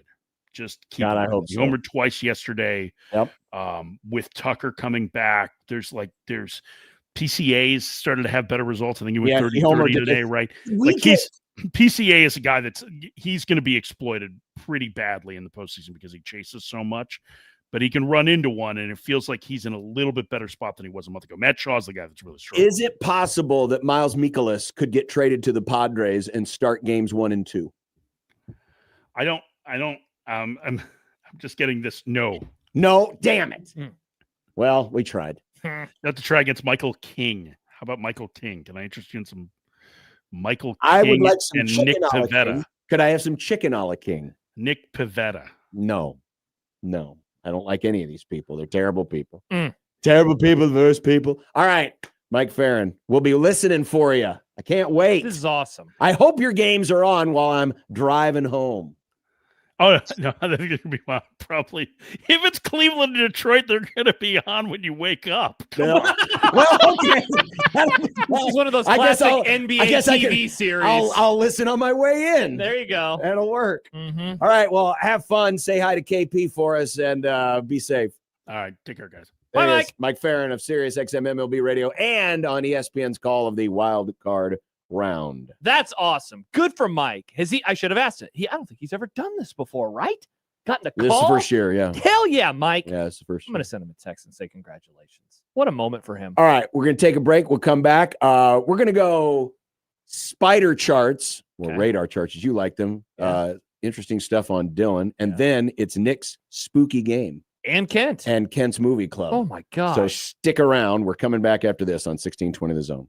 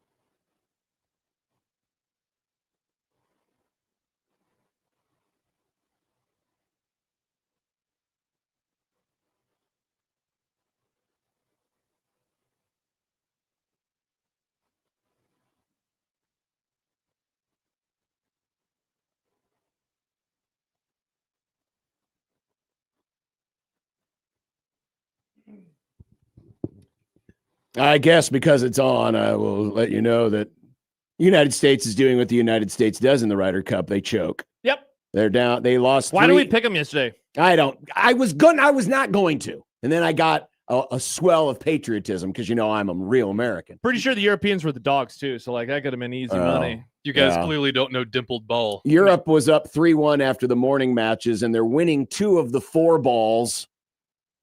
Most people just have 2 balls, but they're winning 2 of the 4 matches this afternoon. The Americans will take 1, and the third match or the 4th match is tied. Yep.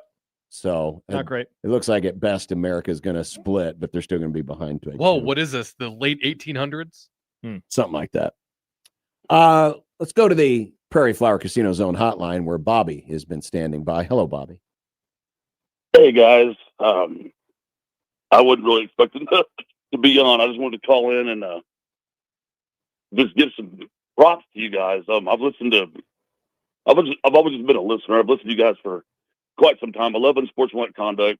John and Josh, you guys I've called in at some points, when something just really strikes me passionately, and I want to give a take, but I'm not a regular person that calls in, and I've been listening for a long time, and even when Gary and Damon was on 1620 in the morning, and I've been listening to kind of everybody's takes today, and Robbie Lula's takes on Matt Vrzal, and I just want to tell you guys you've done an incredible job today.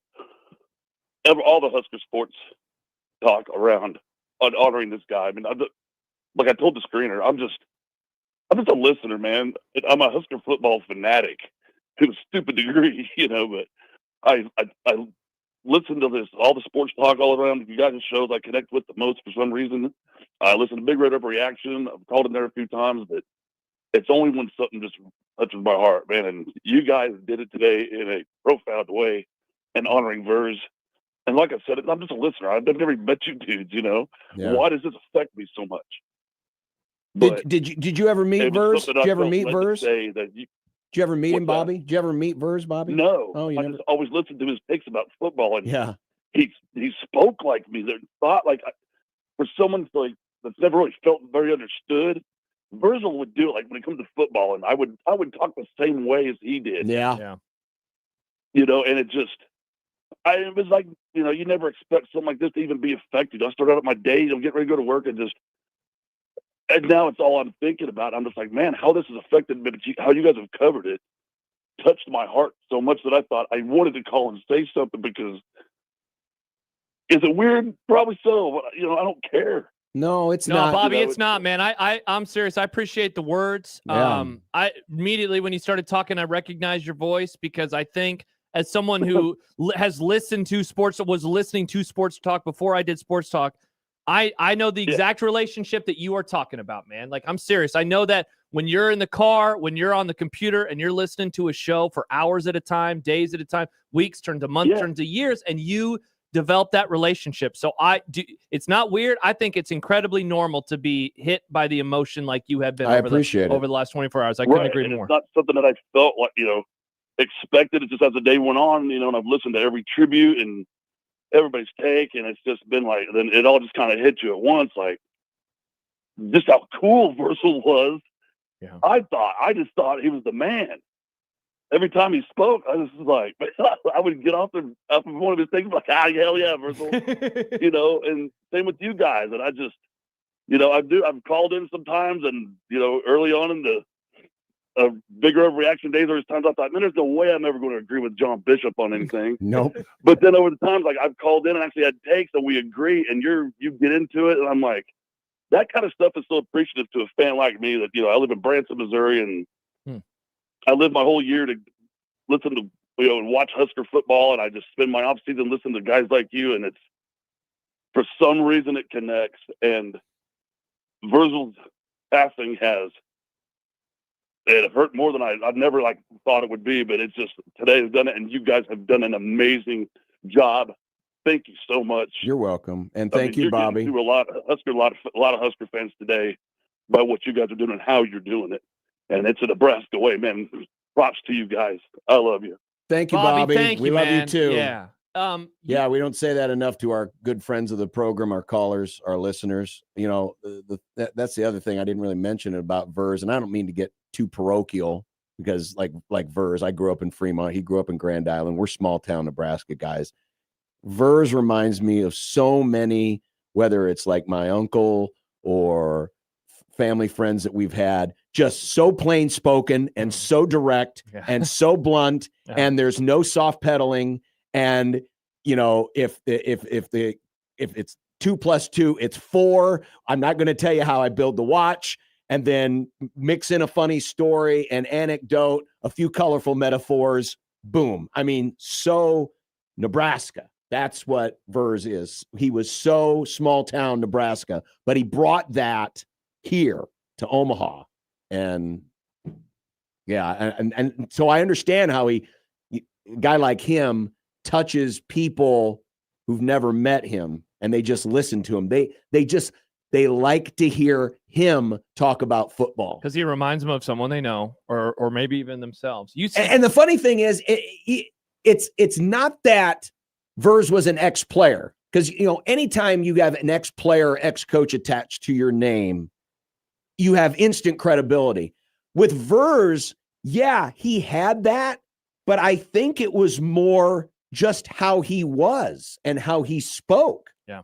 Where, yes, he had credibility because he knew the game, but it was how he communicated the game. Kind of like John Madden, right? John Madden appealed to people, not because he was this great football coach who knew football, but it was the way he communicated. How he spoke to you. And Verz had that same knack. He had that same ability where it just connects with a certain audience, and they love it. I think the caller said something, Bobby, that reminded me of something that you said earlier, and that is he had been listening to him. He felt like he knew him, and he had been listening to him for so many years, and he developed that relationship. You said something earlier that you hadn't talked to him in a few years. It was the same way for me. I don't remember the last time I spoke with him in person. And the news late yesterday afternoon and into the early evening as it's getting confirmed and you're seeing the stories, a day later, it's hitting me a very particular way. And if it's doing that for a caller, if it's doing that for a couple of guys that hadn't talked to him in a couple of years, what's it doing for everybody who had a direct line of communication to him until yesterday? Yeah. You know, and I just keep thinking about everybody in his life and how rare it is to have this impact. Josh Otson said something earlier. It sucks that we don't do this until somebody passes. He's gone. You know? And you said something earlier. You hope that he knew. You hope that he knew the impact. I'd like to think, because Verz is pretty aware, that he did know. Yeah. But I hope more people had a chance to show how much they appreciated it. And maybe it was just as simple as they kept coming to his restaurant and kept coming back to talk to him. Yeah. That, you know, was confirmation of, you know, what he meant. Stib says, find out who Bobby is. I'm buying him a beer. I'd love to buy Bobby a beer. Yeah. Bobby, you're more than welcome, man. More than welcome. And all of you are more than welcome. You're part of our family too. Yeah. All right. We got Nick's spooky game coming up. We've got passes to Scary Acres. How many? 4? Let me check my scary Oh sack. my God. Didn't know. Anyway, we have passes to Scary Acres. Yep. Nick has a spooky game for us. Okay. So get in line now, 402-951-1620. If you or yourself or you have kids who love to go and get scared, Scary Acres is the place. 4. We got 4 of these passes to give away. We'll play Nick's spooky game next, 402-951-1620. Get in now, and we'll play Nick's spooky game next on 1620 The Zone. But first, Josh and John here for Underdog Fantasy, which can be found at UnderdogFantasy.com or by downloading the Underdog Fantasy app. The best part about this, John, you can do it from lovely Omaha, Nebraska. There are or Fremont, lovely or Grand Island, many places, all the places in Nebraska. It is so cool. It is so easy to use as well. You find a matchup, you find a player. Doesn't even have to be your favorite player, John. It could be your least favorite player. You go higher or lower on rushing yards, receptions, sacks against Dak Prescott, whatever it is. Why am I getting so specific? I have no idea. And you can win up to 5,000 times your cash. I've been saying it for a month now. Go find the Cowboys game and then go lower on some of their stuff, but in particular higher on all the offense against the Dallas defense because they don't have Micah Parsons. I wonder who they're playing on Sunday. Do that today. Download the Underdog Fantasy app. There's about 24 college games where you can do exactly that, including some of the biggest games of the day. And again, you can play it right here in Nebraska. And if you would like to score extra funds, we got $50. We got $100. That's right. We're going to double it. We've got $100 in bonus funds when you play your first $5 using the Underdog Fantasy app. So go download that Underdog Fantasy app, underdogfantasy.com. Download the app, sign up with our promo code 1620thezone, score $100 in bonus funds when you play your first $5. That's promo code 1620. With Underdog, make picks, win money. Must be 19 plus and present in Nebraska. Terms apply. See assets.underdog.fantasy.com for details. Concerned with your play, call 1-800-GAMBLER or visit ncpgambling.org.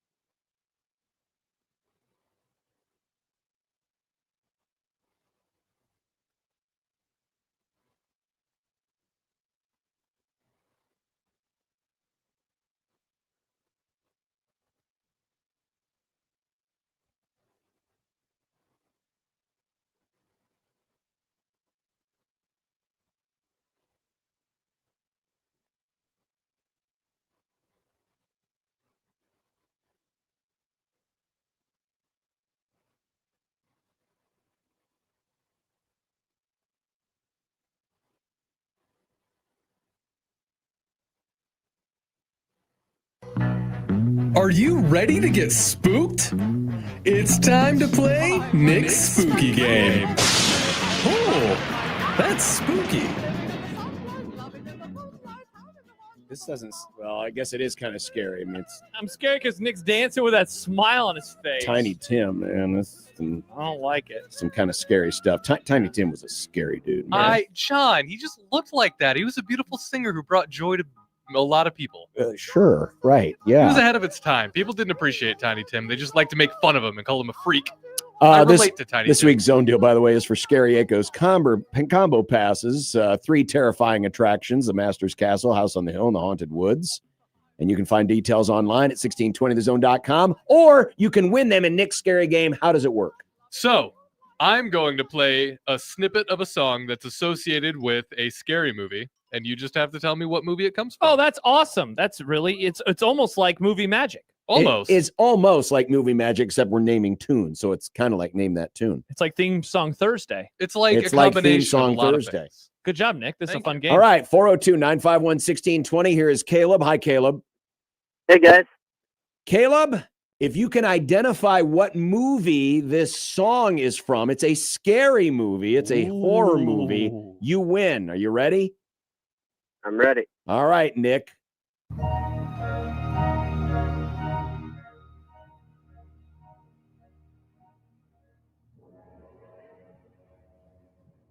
Might turn it up a little so you can hear it. Do you know what movie this is, Caleb? I can barely hear it, but I'll just say Poltergeist. No. Oh, Kind of in the what was that? Alien. ballpark. That was Alien. That's Alien. Nick loves Alien. I love Alien. That's a Yeah. great Have movie. you watched the show? All right, Heard it so ended fairly bad. here is Brent. Hi, Brent. Hey, gentlemen, how's it going? Good, Brent. Good. I'm glad to know that the tradition hear of the it. movie magic game where you can't hear it is still It lives. It still lives. Uh-huh. All right, Brent, we're going to play you a sound track, a song from a horror movie, and please identify this for the prize. Here we go.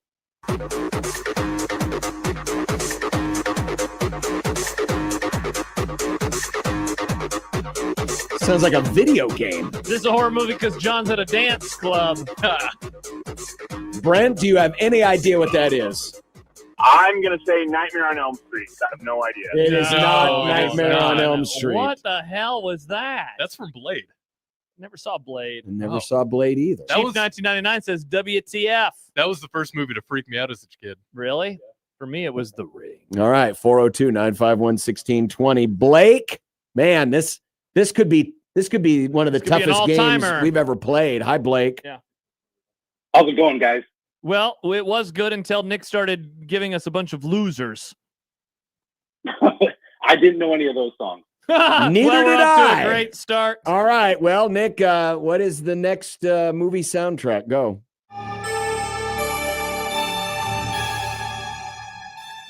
Oh, now this one I recognize. I think I know what this one is. It may have already been guessed. Okay, that's what I thought it was. Hi, Blake. What do you think? It's a good hint, John. Is this Halloween? No! That was Nightmare. That was Nightmare on Elm Street. Yes, it was. Ah.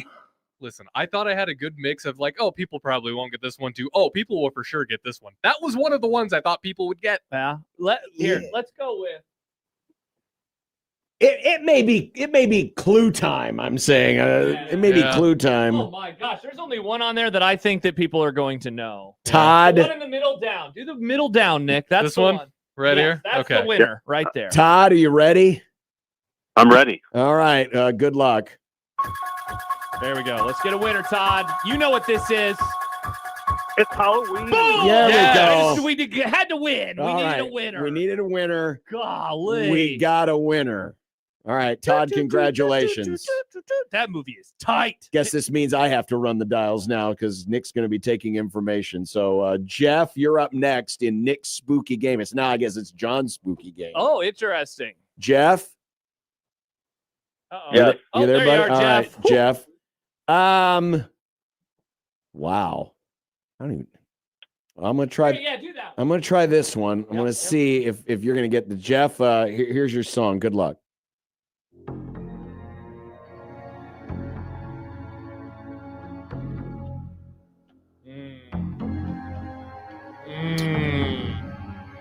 How do we feel about this? I'm trying to think of a hint. Synthesizers. It's lots of synthesizers. Oh, so that you know the decade now. Synth. I guess. We did it in Movie Club.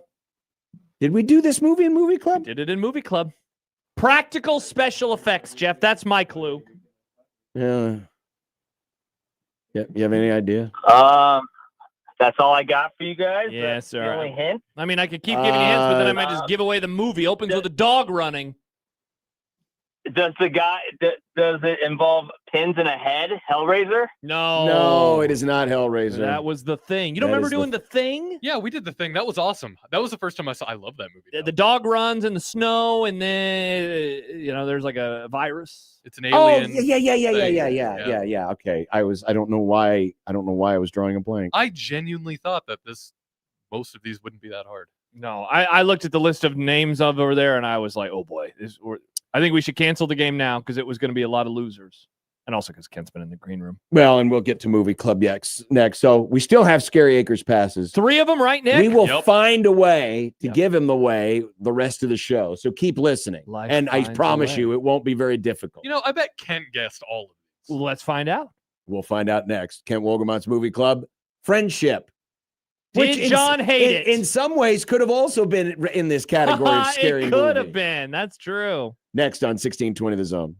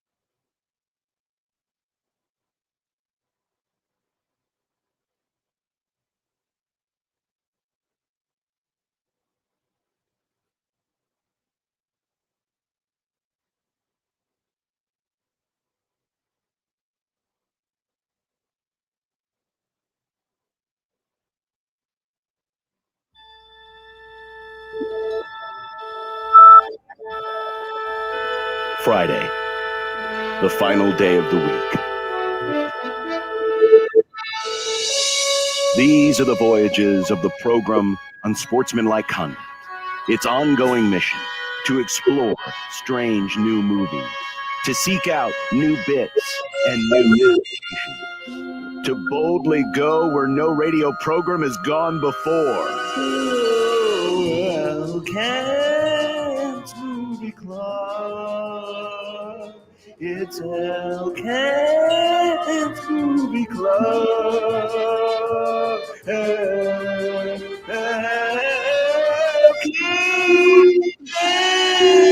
Movie Club. It's Kent's Movie Club. He's back. Kent Wolgamont, soon to be of retirement. What? Not of the Lincoln Journal-Star. What? Yes. As of Tuesday, next, I am retiring from the Journal-Star. I, however, am not retiring from the journalism business. Let's put it that way. I'll be doing some freelance stuff, which I've already done some of, for a music syndication service. It's going indie. Absolutely. And I'll still be doing the AP stuff, and there are 2 or 3 other things that are being kicked around, let's say, once the word got out that I was going to retire last week. All kinds of stuff started coming in, so I'll be doing something writing wise, and my guess is you'll find it on the web somewhere. I like it. And I like it a lot. Laszlo says, is Kent still doing the segment? You are not retiring from the movie club, correct? No, I'm here. He's here. I guess that's true. He's not leaving us. He could have said, and this is the last time. See you later. Yeah. I'm tired of you dumb movies you guys pick. Yeah, pick better movies. Yeah, nope. Kent's Movie Club continues. Awesome. Continues on. Could there be a book in your future? Oh. Possibly. Ooh, awesome. I can only imagine what this would be. I mean, there's like a so 1,000 different stories. things you could write. Yeah, seriously. So many stories. Well, congratulations, Kent. That's awesome. We're happy for you. Yeah. And we're also happy that the movie club continues so that we Yes. can break down Friendship. Mm-hmm. Friendship, which was a Nick Grimm pick. Yes, it was. And it At your suggestion. Yeah, I loved it. I saw it in theaters. I've been wanting to watch it for a while and pick it for a while. Yeah. Friendship is a movie about a lonely middle-aged man who meets a really cool guy, and he really wants to become his friend, and he maybe does it in a very extremely misguided way. Maybe does it. He becomes his friend, but He's a little too eager. He's very intense. He's a very intense kind of friend, and then there's a situation that happens that makes everything awkward, and then he's just doing his best to try to regain that, chasing the dragon of that friendship. Yep. Or Toad. Or Toad. Or Toad. And he's having these problems with his wife at the same time, and just dealing with being a middle-aged man who doesn't have any friends. Yep. That's a pretty good representation of it. I think you're right. Mm-hmm.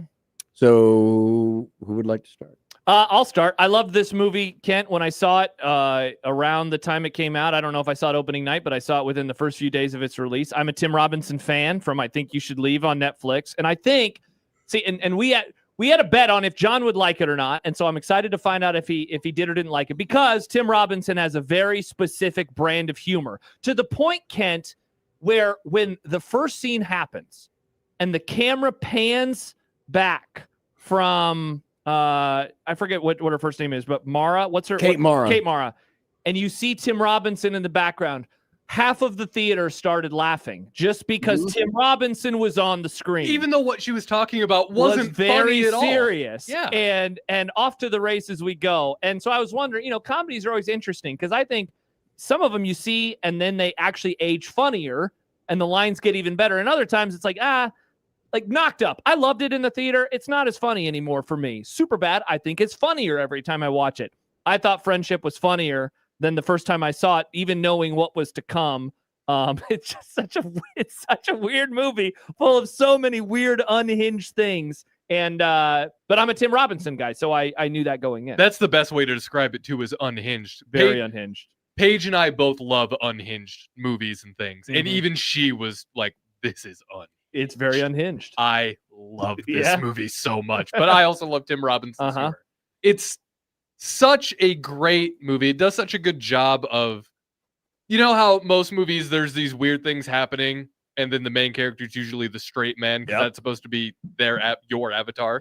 This movie is the opposite of that, where everything around him is pretty normal, and Tim Robinson is the crazy guy, but you're following him. It's a good way to describe it. He elevates everything into weirder territory by existing as he a person. really does. The world is the straight man in this movie, and you're following the one normal person. Yeah. Kent? You guys have hit, I think, 3 things to point out. This movie was written expressly for Tim Robinson. This was developed for him. If you like him, you'll love this movie. If you don't, there is no reason on earth to watch it, right? If you don't like that cringe comedy, you're going to hate it, right? And that's basically what I wrote about it this spring. And then watching it again, I agree with you. I think the part of the reason that it gets funnier is it loses when you know what's going to happen, it loses that tension, right? Right. And so then all you're watching it for is the joke, so to speak, right? Yeah. So I think that's why it might feel like it's funnier, but I thought it was really good. I gave it an A. I really thought the other thing is 90 minutes in, done, and gone, which is why a movie like this has to be that long. Yeah. You make this a 2-hour movie and it's painful to watch. Yeah. It is like the perfect amount of time because it doesn't stretch anything too far. It doesn't overstay its welcome. Yeah, I mean, it really is just like joke, and then it's like, see you later. And I think the plot's pretty good too. Like most comedies aren't really known for the plot. And they're because I looked up just because I wanted to be reminded right now as we got going, the best quotes from the movie.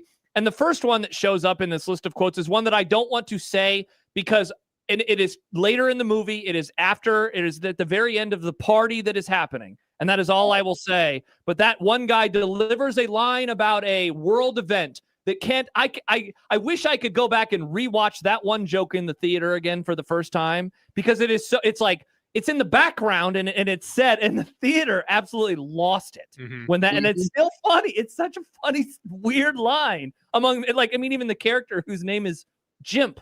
It's like jump, but with an I. My favorite joke was the Toad thing. What happened during the Toad thing? That is one of my favorite things to ever happen in a movie. Yeah. How long were you there for? 4 months? No, it was like 2 minutes. It was like 2 minutes. John, what did you think? Well, this was a tough hang. There it is. No, it wasn't. I thought you would like it. No, you didn't. I told my friend last night. You did. Last week you said, I don't think you were the first person. I don't think you're gonna like this. But then your mood all week long, I was like, I think John likes it. I told my friend, I said, I think John really liked the movie. You pulled a fast one on us.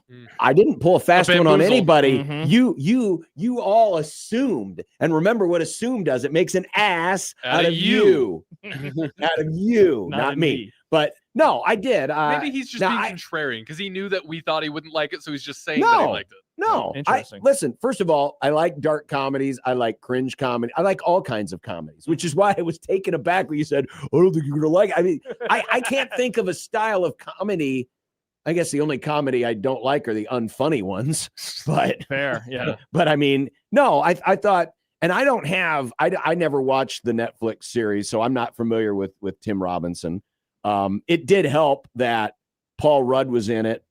He plays the weatherman who is like the guy who Tim Robinson's trying to become best friends with. And Kate Mara was in it. And I'm familiar, remember her from The Martian, House of Cards. Well, The Martian, but also House of Cards, where she played the reporter. So it helped, I have those characters. I thought the storyline involving him and his wife was pretty good as well. I mean, he literally loses her while they're exploring tunnels underneath the city hall building, and becomes this manhunt because for some reason he thinks, oh, she wants to go walk tunnels with me or something. And then just absolutely ridiculous. What I liked about it was, it for me anyway, it kind of started slowly where you could tell something, things were going to happen, but there wasn't there wasn't like a lot of laugh out loud lines. But then as Paul Rudd realizes, I need to distance myself from this guy, that's when Tim Robinson turns the wick up on the weirdness. And that's when it really started to get unhinged. And then things started falling apart with the wife. I did think though, the line at the beginning where the son, the orgasm line was hilarious, but in the tunnels? But when the son kisses her on the mouth, he's like, you kiss him on the mouth? Look on his face. With the look on his face. It's just like, and I guess for something like this, you do have to suspend disbelief. How someone who looks like Kate Mara, who would marry someone who's like Tim Robinson, acts like he does. exactly, is just completely unhinged. But it kind of follows the line of a lot of sitcoms, right? Yeah. You get the large, overweight husband with the hot wife. It doesn't make any sense. And I also love the line where he's like, "Hey, you guys want to go to the theater and see that new Marvel? I hear it's crazy." Marvel. Jimmy just brought that up, and like that hits on such a specific person. And I'll admit to being this type of guy sometimes, where it's like, I don't want to hear any spoilers, but it like where people are trying to have a conversation at a party, and he's like, no spoilers. I said no spoilers. This is spoiler free zone, and just like leaning so far into that type of person. Like Kent, that's the thing that Tim Robinson does so well is he takes like maybe the worst characteristics of people and then puts all of them into himself, and then that is how he acts. Like I mean, even trying to diffuse the early tension at the like an anonymous meeting for cancer survivors where he's like, "Oh, I'm orgasming just fine." Like even that line, like alone, it's like he has to take a serious moment and make it his own moment. He can't just let her have her own moment. And exaggerates it. The other thing, he takes those characteristics and just exaggerates them enough to make them like, Yep. And in regard to John's comment about how it started slowly, right? More slowly. This is really a film and not a Hollywood punchline comedy, right? I mean, it really is. It's really an indie film that happens to be a very funny comedy, but it's a real movie, not a glossy Hollywood formulaic thing. And that's part of why it works. Like why is because it does. Yeah, this guy's kind of weird, but he might be okay. My neighbor will hang out with him, blah, blah, blah. And then, hello, he's really, after no spoilers. This is too new a movie to spoil, I think. Yeah, but I agree. After a incident, shall we say, in Paul Rudd's house, after that happens, it just whang, right? But you had to set that up. Yeah. For it to work. Well, yeah, and I remember when the trailer first came out in the, they throw some of the critic reviews or excerpts, and one of them said it was like, "I love you, man," but something else. And I think that it does a really good job of early on, like, hey, I can see why Paul Rudd would want to hang out with this guy. He's such a goofball, just like in I Love You, Man. The Jason Segel guy is the cool guy in that movie, and the Paul Rudd is the nerdy, weird guy. But they had just, for whatever reason, they end up having a great friendship. And so early on, you can see like, yeah, this is going to work. And then, as you mentioned, something happens, and then it totally, goes off the rails after that. I mean, beyond the comedy parts, I wanted to see how it ended. I wanted to see how are they going to wrap this out? How are they going to, because like the whole, the marriage thing and the friendship thing kind of come to a head at a similar time. And I was curious to see how it ended. So that's the other part of it. It wasn't just that it was a comedy, but there was a story in here, right? There was a story in here because you do find yourself feeling for the guy. He just wants to be, even though he's a goober and a weird, just a completely self-unaware person, you still kind of are rooting for him. You kind of want him to, to succeed here, either in his personal life or his friendship life. So I thought that was the other part of it too, that I enjoyed was, I wanted to see how this thing ended. Yeah. It wasn't just, a comedy for comedy's sake. Now, this might sound really weird because in most cases it's a cop-out, but I was hoping that the movie would end with him on the floor in the back of that phone store, I was hoping that whole experience was related to the subway thing. And I would have been very okay if that's just how the movie ended. It's so random though. He tripping on mushrooms. He goes to a Subway. Why are we going to a Subway? I don't understand. I love Kent. One of the things that's really good about this, I think, is like there are jokes like that are just kind of a part of the whole movie. Like we mentioned the Marvel one, that is a really good one. How he keeps mentioning SEAL Team 6. Yes, the meal that they ate. Yeah. Like I think that is one of the sneaky, real good parts of this. And there was just a comment from Sam on Twitter: is John now exclusively only wearing Ocean View dining? And that's another one, is how he keeps talking about the clothing store that he goes to and the pants that he always wear. Yeah. I think so. We should also, and I can't, is somebody on their computer? Yes. What's the name of that writer director? The Andrew DeYoung. It's his first movie. Oh, wow. And I think, and he wrote this thing. So, here's what my guess is that he wrote it. His name is on it, but Robinson had input into it as it was being written. Right. Interesting. That would be my guess, because the word is it was written expressly for him. And if it was written expressly for him, I suspect he would have had some input into some of this stuff. So it would fit, stuff that he does. But this,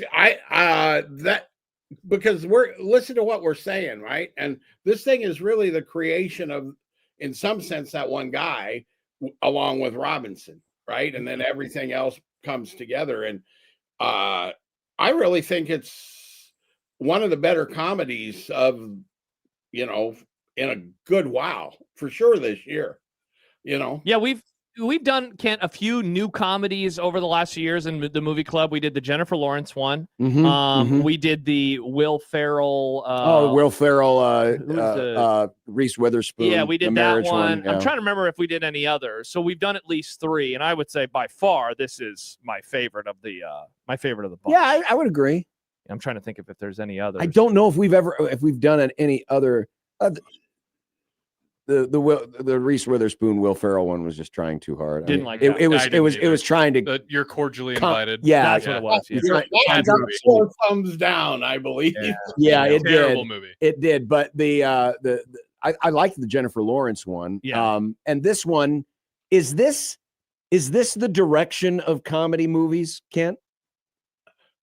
The answer to that question is who knows, because the comedies at the box office have really fallen off. Right.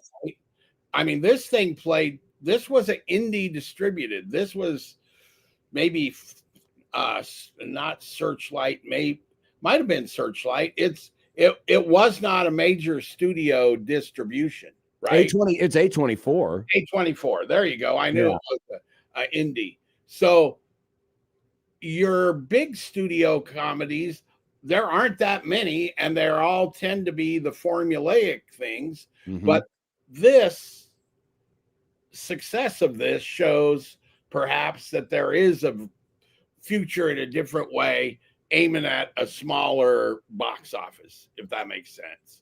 Yeah. Right? Your big, broad Hollywood comedies, I think, are kind of almost fading away at best. Yeah, and I think there's something too about Robinson, Kent, where he is one of those few actors that, I heard somebody describe it once as like having season tickets, where it's like this guy puts out a movie, like the new Paul Thomas Anderson movie. A lot of people are going to go see that tonight, not knowing anything about it because it's Paul Thomas Anderson. Tim Robinson has that same thing. Like I remember looking around and wondering at the theater when I saw it, how many are here specifically because it's Tim Robinson and like that's it? And how many like saw a commercial and were like, hey, a new comedy, I want to go check it out. I have to imagine the split was quite large that night. When you said that, I'd just say 90-10. Yeah, that'd be my guess too. Very large number of people that were there only because of Tim Robinson. When they screened this, that's all I knew about it going in was Tim Robinson. It's like, okay, and you go in and like, I like him. I think you're predisposed to like the movie, but then it ends up being really good. Mm-hmm. Yeah. He has a new show coming out on HBO as well pretty soon as well. Oh, he does? Yeah. I didn't know that. Yeah. Like a sitcom. So Okay. yeah, he just continues to climb because somebody mentioned earlier he did another show before I Think You Should Leave that was on Comedy Central called The Detroiters, which was I think a similar type of show. I've never seen that one. And so I mean, like his career just continues to blow up. He's made a really good one out of it.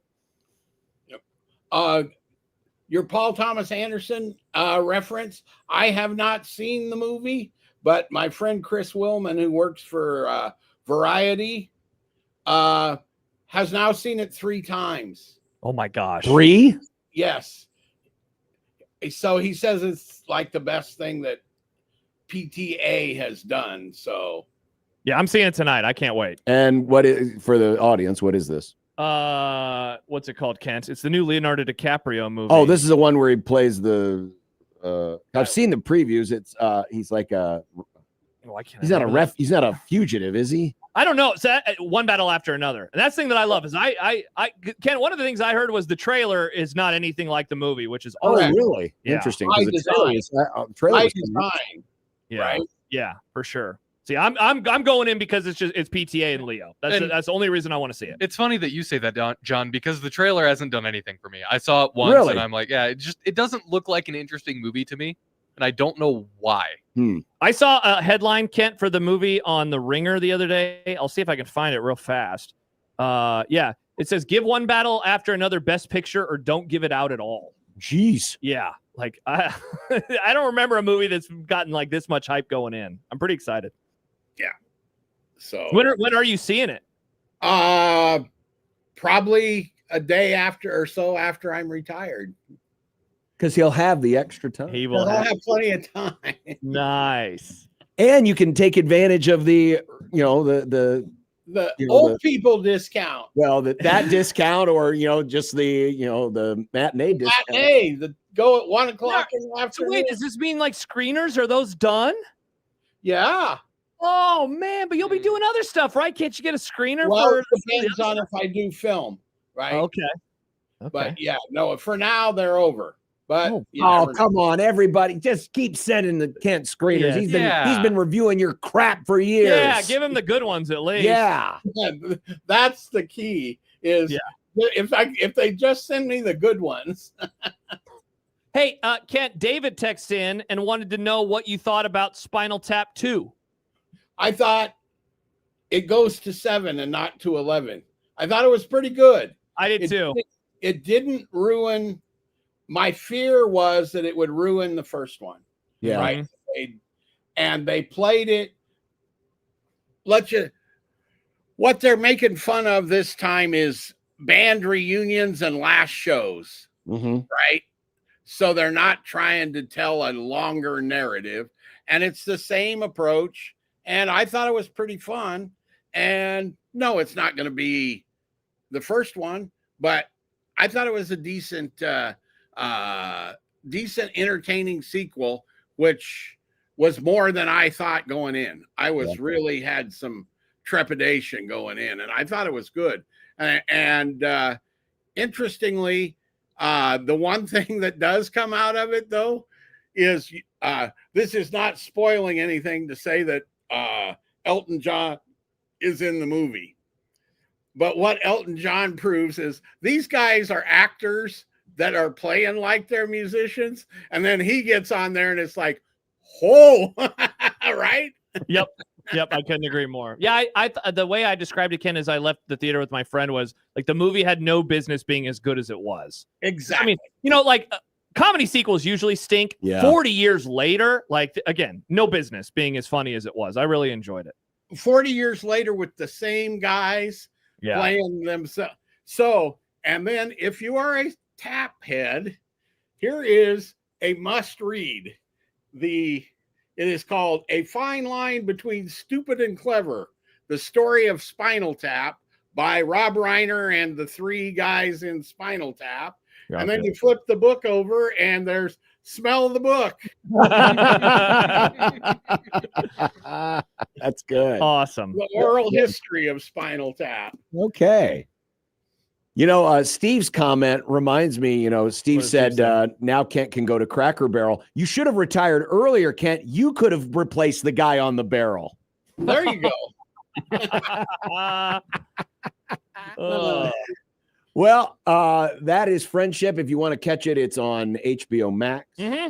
Next week, we're going to stay in the comedy realm. I occasionally, when I'm trying to pick a movie, I just like to find historical markers. Anniversaries. It is this next month, October, is the 25th anniversary of the release of Meet the Parents. Oh. Have you ever seen it? Yes. Okay. Been a long time, though. Have you ever seen it? I've seen parts of it. I've never It's seen been it a in full. long time, but it's 25 years ago next month. Wow. Meet the Parents is on Prime. This movie, I feel like, was a cultural force when it came out. There were a lot of, I got my eyes on. Yes. No, There's a lot of stuff that stuck for quite a bit in comedy. And it also was a very influential comedy at its time. Other people started trying to make very similar comedy to it, right? And failed largely, but they tried. It was very, and it made a ton of money. Which is why we got a couple of sequels. Yeah, that was, you know what? I thought Meet the Fockers was actually pretty good. I don't think I ever saw the third one, though. Holy God, Ken, it made $330 million. Yeah. The budget was 55. That's nuts for a regular comedy. Especially in 2000. Wow. Oh, my gosh. It made a ton of money. And so then Hollywood, being monkey see, monkey do, tries to replicate it 40 times, and maybe one of them ends up being good. Yep. And it's streaming where, John? Prime. Well, we'll talk more about that next week, and we'll have a prediction for next week's game. So once again, Evil Kent is just lurking about in the netherworld, just waiting for his next opportunity to come out of his hole. To weigh in on the fine Michigan State Spartans. Yeah, no doubt. Well, Kent, again, congratulations on retirement. Glad you're going to be hanging around with us, and we'll talk to you next week. Sounds great. Thanks, guys. There he is, Kent Wolgamott, soon to be Bye, formerly of the Lincoln Journal-Star. But, wow. But still out there in the ether. We should just say he is of the movie club. We should. That is now his title. Kent Wolgamott from the movie club. From the movie club on 1620 The Zone. We should, for next week, go to Kent's house, surprise him with a retirement party, and then do the movie club remote from Kent's basement. It's good that he's in the green room still. I don't think he would want us in He knows about the surprise. Damn it. He doesn't want you in the house. There's no way. Let me in your house, Kent. Awesome. Or we could describe him as Kent, the only guy that was there to ask questions of the Houston Christian. Yes, put that on his bio. Exactly. Put that on his bio. All right, we'll come back. We got some games to preview, NFL, college. We've got a couple of guests. We'll have both play-by-play voices of Oregon and Penn State to preview the Big Ten matchup. All of that yet to come on 1620 The Zone.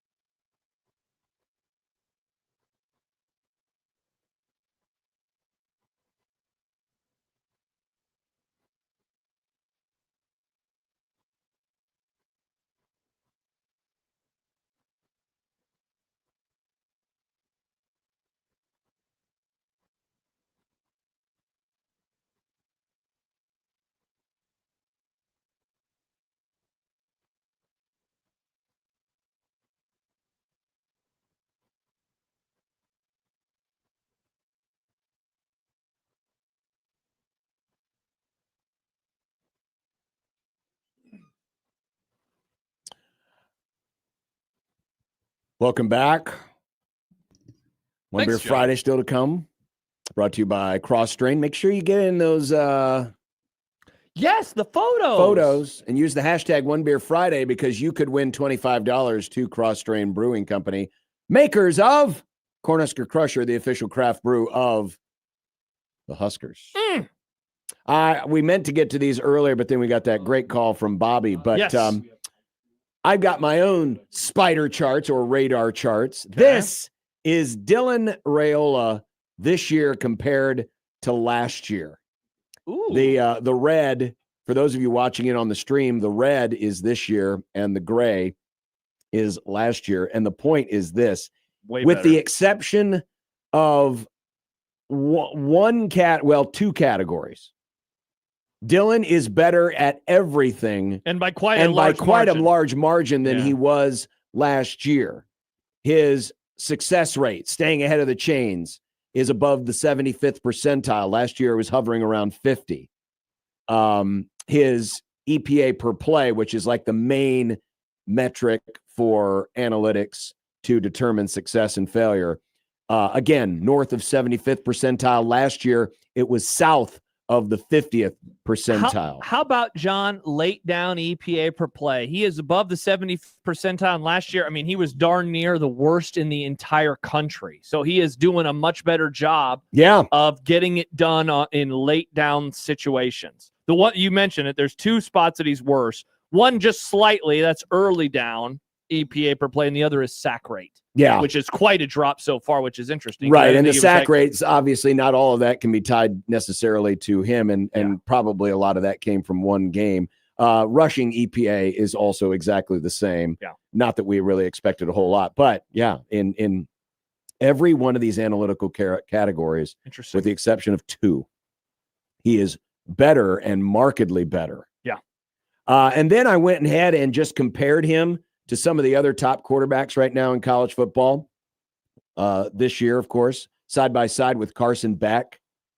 Again, compares very favorably. Now, Beck is near 100% in a couple of categories. Success rate. Where Dylan is in, the 75th percentile, but and explosive plays. But still a very nice representation. Take a look at this. Wow. This is Julian Sayin. Now, I'm comparing him to a freshman. Well, let's face it, it's an Ohio State freshman. He's got a lot of talent around him. Dylan is a lot better than him in late down success rate, even better than him in rushing. Sayin hasn't done a whole lot.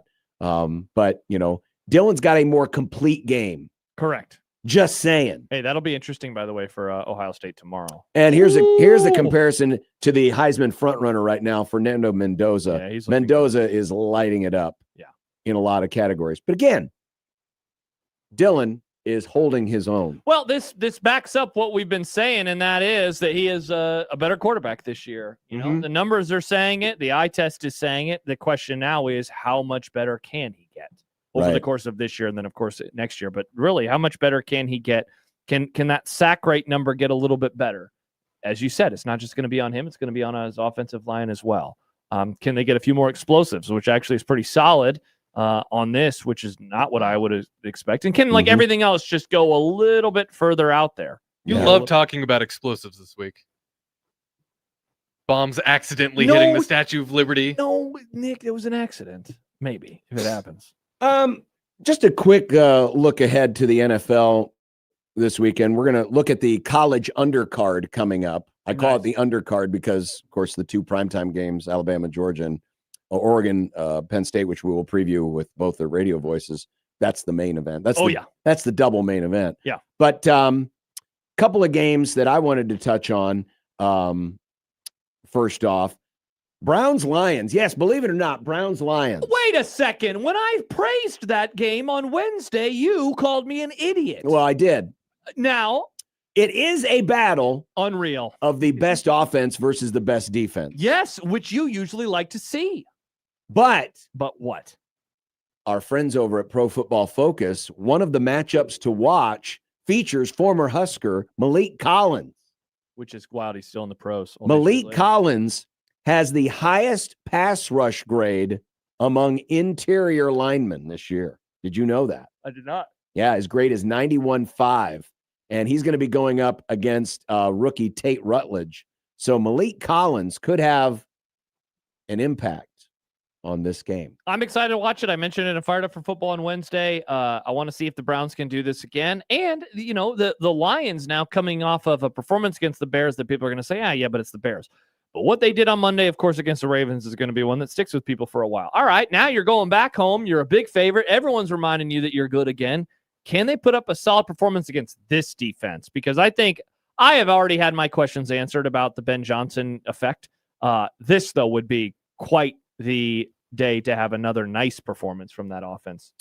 Of course, the two undefeated teams that are battling this week are the Eagles and the Bucs. We talked yesterday with Jason Logan, and these two teams have played in a lot of weird games. Yeah. And the Bucs have honestly had their close games. And close games. They've had their number over the last handful of years. They beat them early last year. They beat them in the playoffs the year before when the Eagles were reeling. And as he pointed out, the weather's going to be warm. Now, no Mike Evans. That's going to be tough. But Emeka Egbuka has easily become the early front runner for Offensive Rookie of the Year. He has looked really good, really explosive, and he's making the plays on the sidelines as well. I am ultra impressed. And there are two teams, of course, that are 3-0, and there's a world where they're not. They're 2-1, 1-2. Dare I even say 0-3? Because every game that both teams have had have come down to the wire. So you got to be really impressed with them. And John, could we be talking about seeding possibilities early on in the year, just like last week with your team against the Eagles? I think that could play.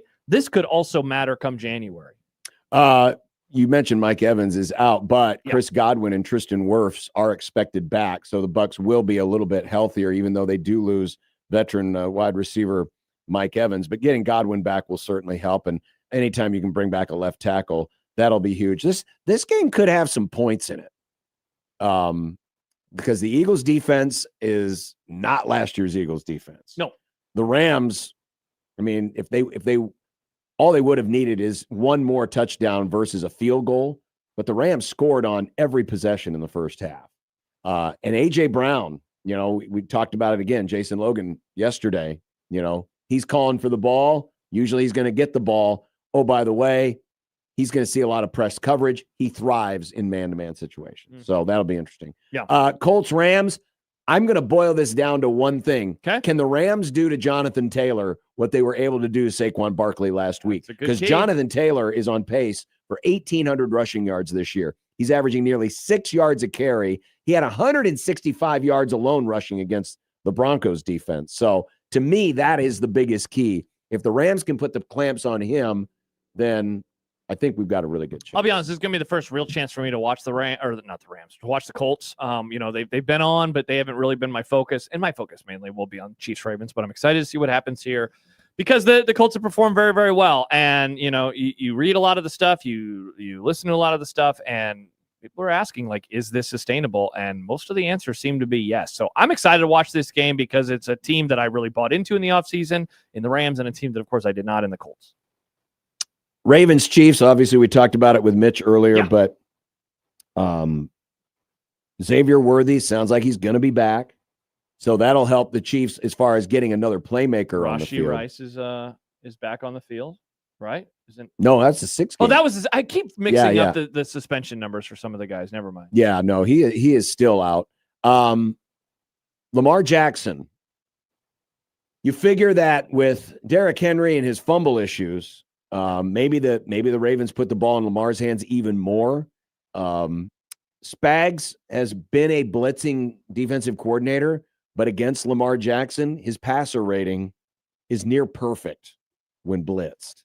So Kansas City may have to attack him a little bit different. And then on the other side of the ball, the Chiefs offense has struggled this year. The Ravens defense has struggled this year. This is a side where the victor on that side of the ball, I think, is going to say, okay, we do still got it. Mm-hmm. The loser of that, whether it's the Ravens defense or the Chiefs offense, is really going to have to go under the hood and say, what can we do to fix this? Because this should be in theory. And I know it's hard, right? A get right game if you're the Chiefs offense against the Ravens defense, or meanwhile, a get right game against Patrick Mahomes. That's not usually how it works, but given how poor both of those sides have done, this has got to be a good game for either of them. Any other games you wanted to touch on? No, I mean, those are the ones. My game's going to be terrible. I'm not excited for that one. I guess I'll say this. Last stand for the Texans. They're 0-3. Yeah. I don't think that they're a good team, but they're playing the Titans, who are also not a good team with a really bad coach. So I want to see what is going to happen there. And then the morbid curiosity of, can the Bills cover such a big number at home against the Saints, 15.5-point favorites they are right now? And what does the Vikings defense do to the Steelers and Aaron Rodgers? They played Aaron Rodgers last year when he was on the Jets over, I don't remember in what country, but they played them over in Europe, and they put the clamps down on him early. They made a late push for a comeback. The Vikings were able to hold on. They're going to really try to get after him. Sour grapes, call it that if you will. I don't think the Steelers are very good. They have 2 wins, though, and they have found a way to pull it out in some of these late game situations. They did it last week. They did it against the Jets as well in week 1. And, can Carson Wentz put together another really good performance? It's one, I don't know. I feel like every time there's a game overseas, I wake up and I'm like, oh, that's right, there's a game I got to get to, and I miss like the first half of the first quarter or whatever it is. I am intrigued by this game, though. Very much intrigued. Coming up, we'll look at the undercard, which has some really good matchups both tonight and tomorrow afternoon. And then a little bit later on, we'll talk with both the play-by-play voices of Oregon and Penn State. That would be Steve Jones for Penn State, and that would be Jerry Allen of Oregon. That's coming up in the happy hour, plus our predictions. Plus, it's a One Beer Friday brought to you by Cross Stream Brewing here on 1620 The Zone. But first, Josh Peterson here for KRT Athletic Muscle Cream. Visit the website, krtrelief.com, and take advantage of the great deals. 10% off your order, free shipping on orders over $15. And it can be the game changer for your life like it's been the game changer for mine. Whether it is preparing your body or recovering faster, minimizing soreness and stiffness after maybe a tough workout, or loosen the tight muscles, the tight joints that you have, making sure then that you are ready to perform at your peak from the jump. Whether it is going for a run, that's what I, of course, always talk about. It could be that. It could be heading to the gym, maybe a high-intensity training workout. They will support your muscles to help you stay in the game or then get back into the game if it's something that you've struggled with throughout that workout. Visit the website, as I mentioned, krtrelief.com. Take advantage of those great deals and find out why it works so well and why it can do for you what it has done for me. The website, krtrelief.com.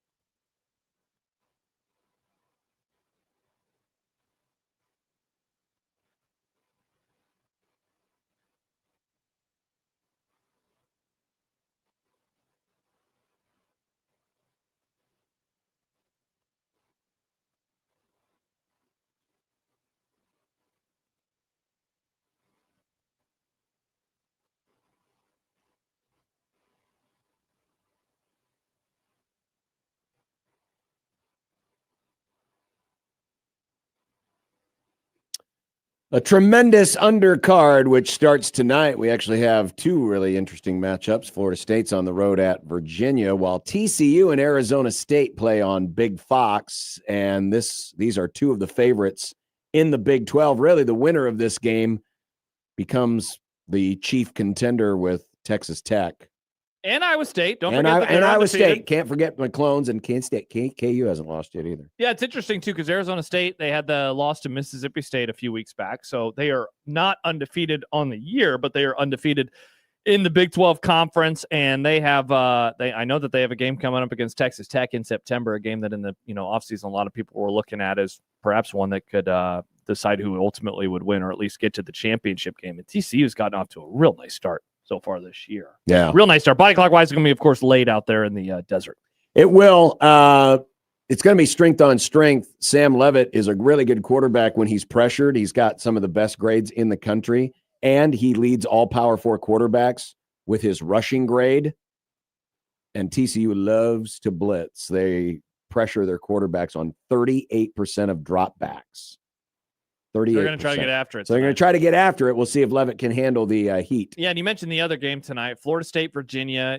This is quite the spot for the Noles. They've really been under the radar since the dominating victory in Week 1 over Bama. They haven't played anybody worth their salt, and now they're going on the road. But more importantly, next week they have Miami. And so, where are they at headspace wise? We talked about it a little bit with Todd yesterday. The line is pretty much right at a touchdown here for Florida State. I think this is a get out of Dodge with a dub game, and who cares about style points? Mm-hmm. So I wonder how they are able to perform in this spot where there were a lot of questions about them coming into the year. That win was really nice. And then, as I mentioned, they've been able to be under the radar. And now, the biggest game of the year is a week away. But before that, they have to take care of business on the road. I know it's a ranked versus ranked matchup, but the stinker that Illinois laid last week at the hands of Indiana has made Big Noon maybe big snooze because got him. USC. Got them. I mean, USC, their offense right now has not been stopped by anybody. Illinois, have they tried stopping it? Their pass defense couldn't stop a head cold. And then when Illinois has the ball, they can't protect the quarterback. Fighting Illini's passing grade has been 42 out of 100 against Duke and Indiana. Brutal. And if USC gets after him, this is one where I think the only saving grace the Illini have is USC has to come to them, and it's going to be 9 a.m. body clock time for the Trojans. That's what I was going to say. So a couple weeks ago, USC went on the road at Purdue. They only won by 16. I came away, honestly, pretty impressed by Purdue. Now, part of that, too, was one of the wonky weather delay games, which we've had a ton of them in September this year. But that was one that had a 4-ish hour delay. Mm-hmm. And so, that's going to cause problems. But I do think there is something to that. USC struggled immensely when going west to east last year. And now this is the second time in, I think, 3 weeks that they're going to be going west to east. So, I don't think that's nothing. But yeah, I do think I like the Trojans, at least to win. I don't know if I like them to cover, but I like them to win the game. Tough spot here for Notre Dame, too. They're going to Arkansas, the Razorbacks who lost to Memphis last week. Yeah. But the Irish, since they dropped their first 2 games, they've gotten back to running the football, and Jeremiah Love has had 2 really good games. And Arkansas is not particularly good in run defense.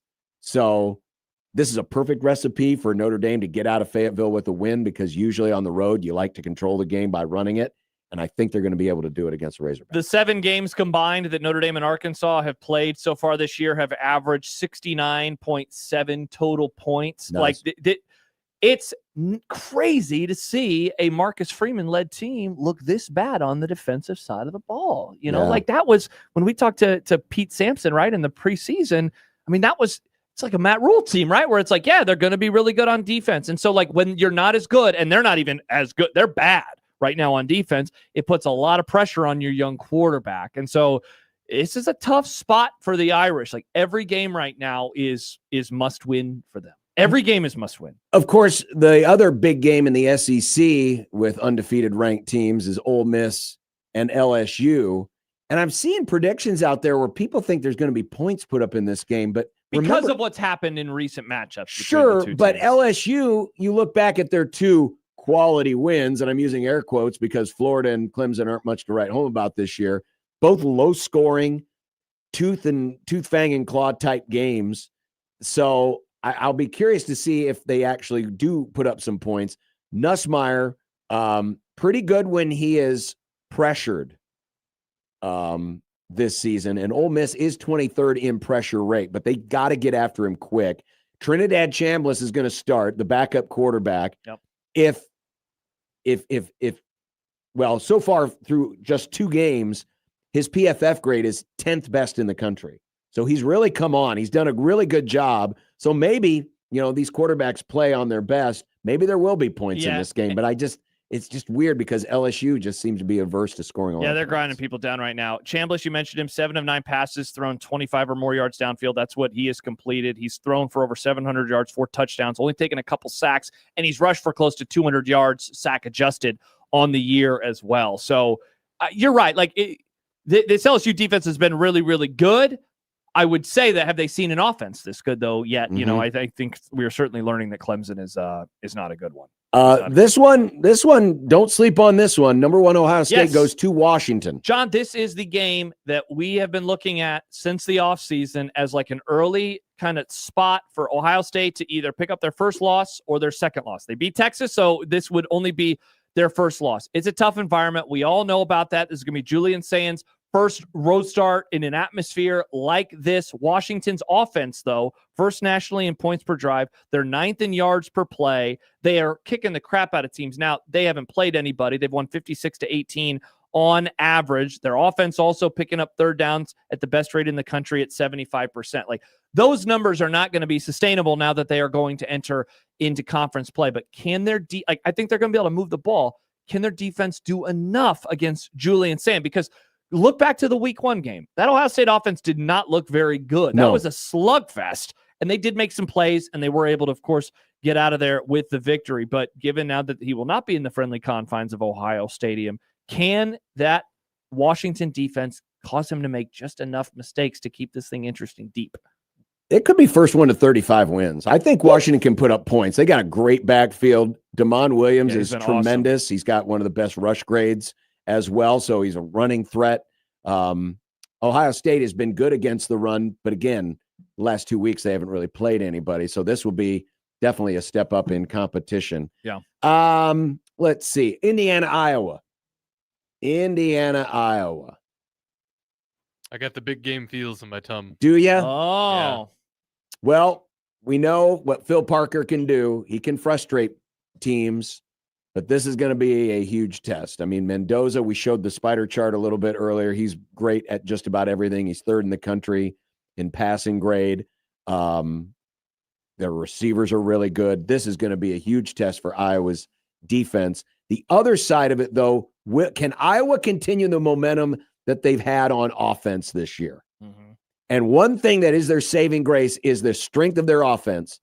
Listen to these PFF ranks for all 5 of their starters. Trevor Lauk, 1st at left tackle. Bo Stevens, 1st at left guard. Logan Jones, 1st at center. Cade Piper, 1st at right guard. And Jennings Dunker, who's supposed to be the 1st-round draft pick, he's only 2nd at right tackle. This offensive line is really, really good. Can Iowa kind of play a little bit of keep away? That's the name of the game. They have to. And they've really leaned on the quarterback to run it. And he's not been afraid to run it. Mm-hmm. Now he's been a little bit more efficient with the passing. This is a weird spot, man. Iowa just has a way of upsetting teams at Kinnick Stadium. I don't know. Let me give you some numbers. This could be a warning here for Indiana. Iowa's upset 4 top 15 teams at home in the past decade. So we've seen them do it before. Some real memorable upsets. This Indiana offense, Mendoza, we've been talking about Fernando Mendoza all week long because he's the Heisman frontrunner now, 14 tutties, no interceptions, completing almost 80% of his passes, and is coming off some real masterful performances. Elijah Surratt gets a lot of the praise at wide receiver. He is awesome. Omar Cooper Jr., 5 touchdowns on the year, including 4 in the game that I was at against Indiana State. Those guys are absolute monsters on the outside. Kaelon Black 306 yards, averaging 7 yards per carry on the ground as well. They have a real nice running back room. 4 guys have at least 200 yards on the season. The fewest yards per carry is Roman Hemby, 5.3. But look at this, 7 yards per carry for Black, 8.9 for Kobe Martin, and then Lee Beebe Jr., 7.7 yards per carry. All but one of them have rushing touchdowns. Like, this is an awesome offense. I'll go one step further, John. In the era so far for Curt Cignetti, I think this would be the most impressive win.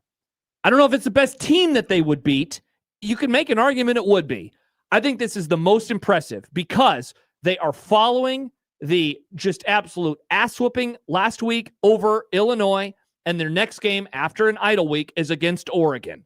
Like, this would be the most impressive spot. On top of that, they are on the road, and I say it every year. This place is tough as hell to play in, and the stats back it up. They're the 3rd best home team in the Big Ten Conference over the last whatever amount of years.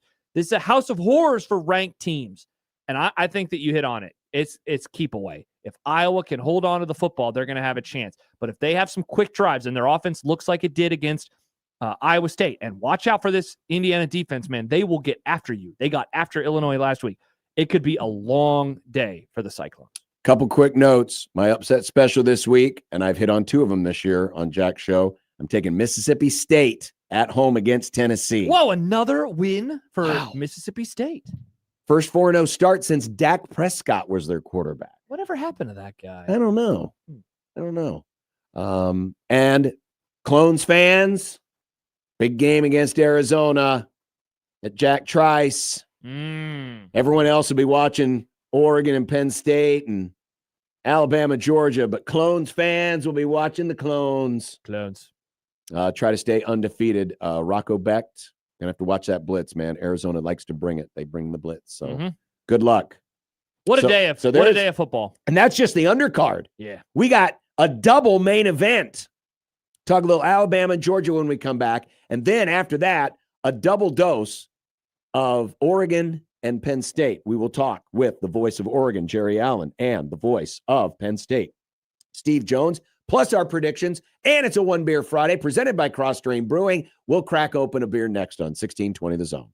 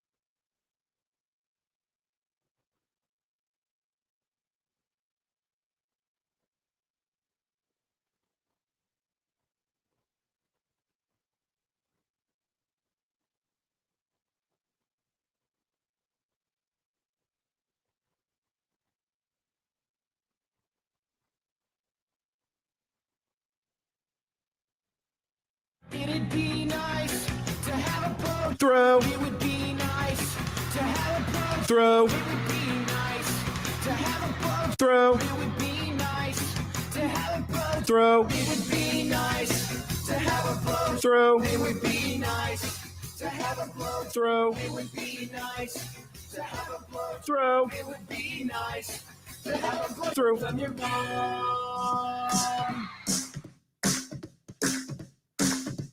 I drank beer with my friends.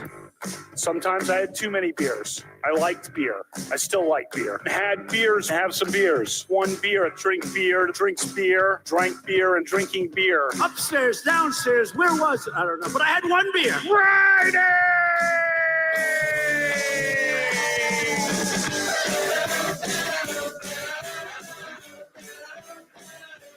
We probably have Beer Center each week. Ralph Club, biggest contributor.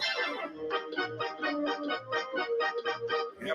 I like beer. I don't know if you like Beer Center or not. What do you like to drink? Next week. I had one beer. Friday. Yeehaw! Hanging out and having some beers with friends, which I gladly do and which I fully embrace. Well, you think it was... Nope, there was one beer. Friday.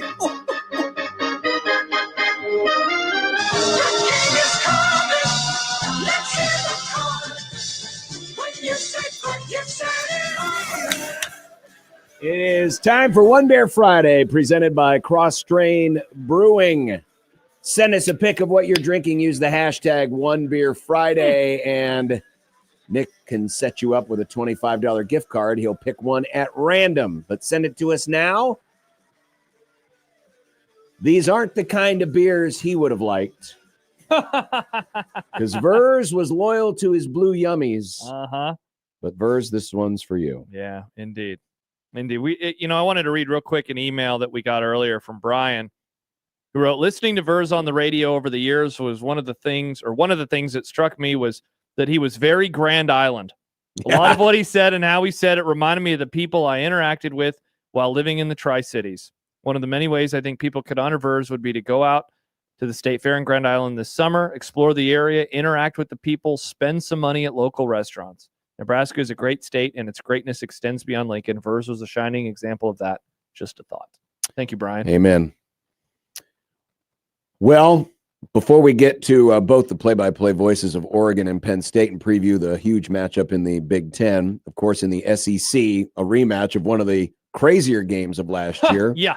In which the Crimson Tide were about ready to run Georgia out of the state, and then Georgia came storming back to take a 1-point lead, only to have Ryan Williams score on the very next play after the kickoff in one of the greatest games of last year, as Alabama won 41-34. Surprisingly, Georgia can't rush the passer. We think Nebraska's got a problem. Georgia's 125th in pass rush grade. That's because, they did have a bunch of guys get taken to the pros last year, but they have not been able to replenish that supply. And that is bad news because Ty Simpson is the 5th best quarterback in the country when he's in a clean pocket. This could be another game that gets into the 40s. Points. Ty Simpson, you mentioned it. He has done a really nice job passing since the opener versus Florida State. 24 of 29 against Wisconsin for 382 yards. He went 17 of 17 against ULM as well. Alabama, John, 18th right now in success rate when they throw the ball, but they are just 87th in rushing success rate. That said, against a Dogs defense that is also 86th against the pass in success rate. But can he do it against this team? He did not do it very well in that opener against Florida State. Can he do it against this team? Georgia is so interesting. I was listening to an interview today with the Georgia alum, Elle Duncan from ESPN, and she was talking about how Georgia kind of owns Tennessee and how you just kind of always figured Georgia's going to figure it out. Alabama is that way to them. They have the Natty win over them a few years back, but they always find a way the Tide do to win. And I think last year with Kalen DeBoer and Alabama doing that, it's kind of done a number on them mentally. Neither of these teams are what they were, of course, even 5-6 years ago. And this is such a great early spot because Georgia wins. It kind of gets rid of some of the demons. It's their second top 20 win in 3 weeks. and you're feeling really good. And it doesn't knock Alabama out of the playoff race, but with the schedule that they have, it's going to be really difficult. Yeah, it is. Meanwhile, Kalen DeBoer has been on the hot seat basically for a year, because the week after they beat Georgia last year is when they lost to Vanderbilt. If they win, it does push that down just a little bit, like chill out, and it would be, I'd say it'd be a bigger one than the one last year, because this one is on the road, of course. Exactly. In Georgia. Gunnar Stockton he's been okay. The throws he made against Tennessee were incredible. And I'm not a Gunnar Stockton guy, but I had to, twist my arm, uncle, because he made some spectacular passes against the Vols. But if you can put pressure on him, it sinks pretty hard. And they did struggle. The reason why Tennessee got out to that early lead was they put a lot of pressure on Stockton, and he didn't handle it very well. Now, they did come back in the second half. Alabama can put heat on teams, but it's usually because their secondary is locking guys down. I think in this game, a lot of quick games going to help. Getting that ball out, getting quick slants, things like that will work to their advantage. But the longer the time goes, the more time Alabama's going to have to get home. Not that we're doing predictions yet, but I'm really leaning Alabama in this one. Yeah, I know. I trust Simpson more than I do Stockton, and I trust Alabama's defense more than I do Georgia. Yeah, we'll talk about it in a little bit, but it's either going to, really prove that, Alabama has certainly figured some things out and they're going to be fine, or all of the concerns that we had 3 weeks ago after that first loss are going to come roaring back, and we're going to say, why the hell did I buy into them? I watched the Florida State game. So that is one of the double main event. The other of the double main event will be going on NBC as Oregon gets to fly into Happy Valley to take on Penn State. Now, our next guest, Jerry Allen, is probably currently flying above our heads right now. But before they left for State College, we had a chance to sit down with Jerry this morning to get a preview from the Ducks side of things on this big matchup between Oregon and Penn State. Let's welcome in the voice of the Oregon Ducks, Jerry Allen, who joins us on the Prairie Flower Casino Zone hotline. Jerry, good afternoon. Welcome to the program. And, man, we're excited for this one. I can't imagine what you're thinking. Gentlemen, I slept okay last night, but I think I had some nightmares comboed with dreams of success and failure, so I'm not sure how I'm feeling this morning. How many hours do you think you're going to get sleep tonight, Jerry? What's the over-under, like 4, 3.5? But yeah, I'm going to say 4. Yeah, definitely 4. I'm amped up for this game for a couple of reasons. It's 2 top 5 teams, top 7 teams, 2 really good teams, 2 teams that are very much like each other. And then it's the whiteout. I've never been to a Happy Valley, so I haven't seen it. I'm actually looking forward to it. Having been at Autzen Stadium, which even for its size is unbelievably loud, this is going to be a sort of fun experience. Well, Jerry, what do you see as the biggest challenge the Ducks face on Saturday night? Well, it's kind of a couple. I mean, Drew Aller is the one. I mean, he's the veteran. He's got all the moves. I mean, he can throw that ball anywhere, arm strength. He's got all the intangibles. He's kind of I think a big key, but that key will depend on his offensive line against Oregon's defensive line. I think the trenches are going to be huge. Oregon against the run against Northwestern was able to run the ball on a little bit, and if Penn State can get a little running game going, that makes Drew Aller's job a whole lot easier. So I think the offensive defensive lines for both teams, can Dante Moore settle in and have enough time to find some receivers, or is he going to get pressure? So watch the trenches. That's where it's going to happen. Jerry, I wanted to ask you about the trenches when Oregon has the ball, because the Ducks O-line has not allowed a sack in 118 dropbacks this year. The offense has gained 75% of all possible yards. It's a nice mixture, right, of returning guys. There's a transfer in there, a first-year starter. What most impresses you about what you're seeing from the Oregon offensive line this year? Well, they've gotten together pretty quickly, even though, they only had one returner from last year. That's Iapani Lalaulu. We call him Poncho. He's the center. He's the quarterback on offensive line. Some guys that played last year, Alex Harkey, Emmanuel Pregnon, who transferred from USC, was a huge get, and Isaiah World, big guy who is really good at Nevada, has fit in really quickly, and they've got some depth. I've got Matthew Bedford is playing well. Trent Ferguson has stepped in. Dave Luley has been with the Ducks the last 3 years, so he understands the system. So they have gelled and come together really quickly. And I think that has been one. And Poncho in the middle at center, that's the big key in the offensive line. Jerry Allen, the voice of the Ducks, as we preview the Oregon-Penn State game. These first few games have given Dante Moore the freedom to really spread the wealth out. There's been 5 different targets with at least 100 yards receiving, at least 1 touchdown. But as we see in these tighter conference games, especially on the road, that rotation shrinks up just a little bit. Who do you see as needing to have big moments among the pass catchers on Saturday night? Well, I think the 3 that I think of receiving-wise would be Malik Benson, Corian Moore, who is a true freshman, and Gary Bryant Jr., and then the tight end Kenyon Sadiq, who broke out in that Big Ten championship game last year against Penn State. The big guys, it's just a load. So those, but it's hard to really pinpoint one guy. I mean, Justice Lowe, who is back and healthy. Tyler Casper, who is a 6'6", 212-pound, big wide receiver, could play tight end, but he can go up and get those fade routes. So the reason you're seeing it spread around so much is Dante is comfortable and trusts everybody. He doesn't have one guy that he feels he has to look for first, and that's big. Jerry, what has impressed you most, and has anything surprised you with Dante Moore at quarterback this year? It hadn't surprised, but I watched him play quite a bit as a freshman because we thought we were going to get him. We thought he was going to come to Oregon, and went to UCLA, got thrown into the fire right away. He had some great moments. I mean, there were times when he looked really good, but he had a lot of moments when he did not look very good. So kind of a typical freshman without a great team around him. And when he transferred to Oregon, he was going to be behind Dylan Gabriel. And to his credit, he said, I just want to learn. I'm watching a great quarterback. I want to soak as much as I can. I want to learn the offense. I want to learn the book. I want to learn how to read. I want to learn how to do everything so I get to play next year. And so that's what he did. He was content to sit and learn. And he's so far, the competition Oregon has played this year has not been high level, not like Penn State. So he's had protection. He's had time. He doesn't have happy feet. He's pretty calm and kind of a strong, quiet leader on the field. So he can make all the throws, got a little ability to run. So we'll find out. We don't know. We think he's really good.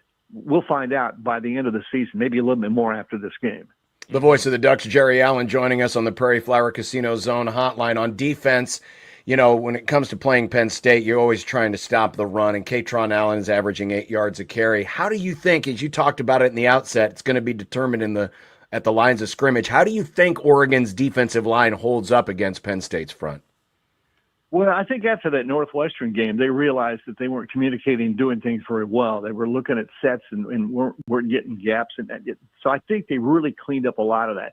Oregon State, which is not a good football team this year, got literally shut down. I mean, just almost minus yardage. So up front, Amari Washington, Bear Alexander, the transfer from USC, Elijah Rushing and Tiana Gray. They're big guys. They're quick. And then the 2 edges, Mateo Uiagalelei, who had 10.5 sacks last year, Tatum Tuioti, the other side. Those 2 guys have got great speed and ability to put pressure on the quarterback. If the D-line can do their job, Bryce Betcher and Devin Jackson and Jerry Mixon, the linebackers behind those guys, can fill really well but also cover. So it'll be interesting to see if they can stop Penn State early or limit their running game. That will be a key for Oregon defense. Jerry, last year, Drew Aller only threw 8 interceptions, but 4 of them came against the playoff caliber opponents, Ohio State, Notre Dame, and Oregon. Like, not to put you in a bad spot, but he seems a little gettable, right? Did the Ducks feel confident going up against Drew Aller? Well, I think they feel confident because they were able to play against him pretty well last year. And given that Penn State ran for over 300 yards against the Ducks last year in that championship game, but he's another year of veteran. So he's chopped film to pieces, watching everything he's done and what he's done wrong, what he's done right. So he's gonna be a lot better this year. So Oregon can't go in there thinking this guy's not very good. They got to go in respecting his abilities, and he has great abilities. It'll be interesting. It'll come down to I think he's had trouble when he's had pressure on him. If Ducks can get pressure, we might see a little trouble. But if they don't get to him, he'll have all day. And if he's got all day, he'll pick Oregon apart. Jared, where does it feel like Oregon has the best advantage in this matchup, where they have that decided edge? Is there a position or is there a group where you feel like that's the case? You know, it's interesting because Penn State's got two great running backs. All right, they just do it. Singleton, Allen, they are dangerous every time they touch the ball. Oregon has got depth at running back. So you get to the middle part of the latter part of the game, Ducks are going to be somewhat, I think, fresher. De'Aaron Hill's a true freshman, 16 carries. Jay Harris, 14 carries. Jaden Lamar, 32 carries. Jordan Davison, 19. Makai Hughes, 17. No one guy is going to be packing that ball, and they all present different issues when they do carry the ball. So I'm going to say Oregon with a fresh backfield might be a big difference in this game because they can all catch the ball out of the backfield too. Jerry, last one from me. You know, Oregon tried to test themselves out in the non-conference. Oklahoma State, though, obviously is taking a big step back. They end up firing their coach a week and a half later. Their first conference opponent, Northwestern, they're in a tough transition spot perhaps right now in their history as well. Meanwhile, Penn State, they didn't even try to test themselves out in the non-conference. I wonder how you think that unknown of who have these teams played and what's it going to mean? How do you think that's going to play out on Saturday night? Well, I think both teams are in the same boat. They don't really know how good they are against good competition yet. Oregon didn't play anybody really to speak of at the level of Penn State. Penn State hasn't played anybody to even approach Oregon. So where are your little inefficiencies? Where are your issues that you don't know are there because you haven't played anybody yet? I will say this, you get a bye week. Penn State gets a bye week before Oregon. That's huge. That means you've had more time to look at what your problems might be and also take a look at what Oregon does and prepare for them. So neither team knows really who they are yet this year, but they'll know late Saturday night. And Jerry, as we wrap things up, Jerry Allen, the voice of the Ducks, you mentioned it's your first trip to Happy Valley. It's the whiteout. How well do you think Dan Lanning will have his team prepared for what he is expected to see on Saturday? Well, they've prepared as well as you can. I mean, you never really know till you get into that situation, but the Ducks have been in games like that. Nothing quite like this. I think Penn State's fans take it to a new level. But they've got huge speakers in Autzen Stadium. They crank those things up so loud that I have to leave practice. I just can't stay in there. It's unbelievable. And then Autzen Stadium itself, even though it seats only 60,000, is surprisingly loud. A lot of coaches and teams come in there and go, wow, we didn't realize that you guys can make that kind of noise. So they practice with noise. Dan Lanning is he's just different. He gets his kids ready for every single moment. And I'll be shocked if they don't come in there and handle. In fact, I think last year against Penn State and certainly against Wisconsin started jumping around, and the Duck team joined them, start jumping around. It caught some fans by surprise. But they sort of embrace the noise, embrace the moment. We'll see how they do on Saturday. Jerry Allen, the voice of the Oregon Ducks. Jerry, have a safe trip there and enjoy the game and enjoy the atmosphere. It should be an awful lot of fun. Guys, thanks for having me on. Maybe we'll talk to you later in the season, huh? Absolutely. Thank you, Jerry. Jerry Allen, the voice of the Oregon Ducks. Coming up next, we'll look at the other side of the matchup and talk with Jerry's counterpart, Steve Jones. The biggest game in the Big Ten, biggest game in the country, arguably, this week. Penn State, Oregon. More of that preview, and we'll get to predictions as we continue here on this happy hour, this One Beer Friday, brought to you by Cross Strain Brewing. Keep sending in those pics of what it is you're drinking. Use the hashtag One Beer Friday, and we'll pick one at random for a $25 gift card to Cross Strain Brewing, the proud sponsors of One Beer Friday on 1620 The Zone.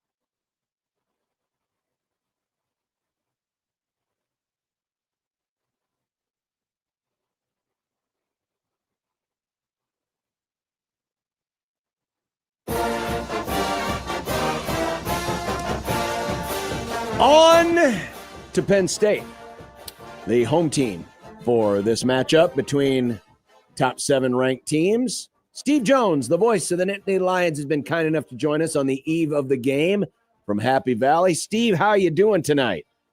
Doing great. How are you guys doing? Not bad at all. Explain for folks, because obviously most of our audience has never been there. I don't think Nebraska's ever been the subject of a whiteout game before. Nope. We see the visuals, but describe the atmosphere in the stadium, and is it comparable to anything else that you've ever experienced? No. I've done gold outs, black outs, orange outs, crimson outs, maize outs, scarlet outs, black outs. I mean, I've done every out you can think of. All right. You name the out, I've done. All right. They came up with this idea, and first of all, let's start with the basics. It's a night game. So thus, it is already a finely tuned crowd. Mm-hmm. All right. So they have spent the day in the parking lot, and they have been able to enjoy a variety of food and drink. Mm-hmm. Okay. Now they get in there all dressed in white, and they just take the decibel level to an incredible level. They can get it up to 112 to up to 122 at times. You know, there have been some legendary stories out of it. Michigan comes out, gets a touchback on the opening kickoff, takes the ball to 25. They can't hear, and they call a timeout before they even run the play. Well, the place goes insane because now they know that they are influencing the game. And I think that's the big part of it. It's the influencing of the game that they have. How many false starts can you get? How many timeouts can you cause them to take? Do you take off a half step late because you don't want to jump? And that's all. That's, you know, and they feel like they influence the game that way. And that's where, like last year, this was not a whiteout game with Ohio State, but it was a wild, raucous crowd at noon. It was crazy. Okay, this is where I knew that Ohio State was a championship caliber team. They went through that entire game and never jumped once. Okay? And that was really, really impressive. That told me about their discipline. Steve, let's look at this matchup tomorrow. Last year, Penn State rushed for over 8 yards a carry against Oregon. It was the highest rate allowed by the Ducks in 8 years. It was all the way back in 2016. I'd be a little surprised, I think, if they rushed it that well, but I do think Penn State can have some success. Like, how good do they need to be in that phase of the game tomorrow night? Well, if you get over 200 yards rushing in a game like that, it's really important because it sets up everything for you. It sets up your play action pass game. It also means you're eating up some clock as you're doing it along the way. Look back on the Monday night game between Detroit and Baltimore. I mean, in that game, the Lions had 7 sacks in the game, played great defense against Lamar Jackson, and they ran the ball for over 225 yards. And Jared Goff had a great night throwing it because of the play action game. When you can run the football, that means you are controlling the line of scrimmage, you're controlling the tempo, and you're also keeping their offense on the sideline. Steve Jones, the voice of the Nittany Lions, joining us on the Prairie Flower Casino Zone hotline. One knock on the Nittany Lions so far this year is that there's been a couple of slow starts, Florida International, even Villanova, against outmatched competition. Has that been a concern, or is that just maybe a factor of guys a little bit sleepy because of who they're playing? Well, let's start with the fact that you're looking at a slow start. That's tough in a game like this. Yeah. In a game like this, against a team like Oregon, which has scored 187 points on opening drives since 2022. Now, they're 3 of 4 in opening drives this year, 4 of 4 to start the second half as well. So they get out of the gate. And when Penn State lost to them last year in Indianapolis, they got out of the gate, Oregon did, and Penn State spent the entire night playing from behind and playing catch-up. You don't want to be in that position against this team because they love to get in front, and it's like the horse with the lead. You want to be in front and make sure everybody doesn't see the view change as the race goes. Steve, Drew Aller thrown just 4 passes this year of 30 or more yards downfield, so we're talking air yards. Is this a game you think where that could stretch out a little bit? It could. I mean, you can certainly take shots in the game. But let's go back to the play action part of it. If you are running the football, you can then freeze somebody and you can go play action, and then you're going to get one-on-one coverage against somebody else downfield, and that's what you're looking for. If you can take the shot take the shot. If you don't have the shot, that's what impressed me about the Nevada game. I thought the Nevada game, the shots weren't there. They were playing cover three. Cover three dares you to throw into it because they want you to throw into it, and he didn't do it. He didn't take the bait. Katron Allen's off to a tremendous start. He's on pace to crush his numbers from a year ago, but can't sleep on Nicholas Singleton as well. He's averaging nearly 4.5 yards a carry. Have they lived up to the expectations so far? I think people want to see Singleton hit a home run, and that's a big part of Nick Singleton's game. In other words, he's been able to rip off a couple of 20-plus runs, a 25-yard run, but they know he has the ability and the speed because he's a 4.36 guy, the speed to take it to the house on any given play. So that's what they're looking for out of him. Allen's been outstanding because he's 12 pounds lighter than he was a year ago. You can see the quickness in his game. He already has the great cutback ability to begin with, an excellent vision. And and he also was healthy the entire offseason. He did not have a single healthy offseason in Penn State till this year. And it's made a big difference in him as to how he's played. Now, the other element that watch for with Singleton tomorrow, Singleton a year ago became an excellent receiver. And they haven't utilized it that much so far. Singleton in the pass game has the ability to put him in space, and in space, that's where he operates so well. Steve, other side of the ball, Penn State made the hire of the offseason, bringing in Jim Knowles from the defending national champion Ohio State Buckeyes. I saw this question asked by one of the papers up there earlier this week, and I'm curious for your answer. Have the Lions integrated Knowles' new scheme quickly and precisely enough for a matchup like this against that Ducks offense?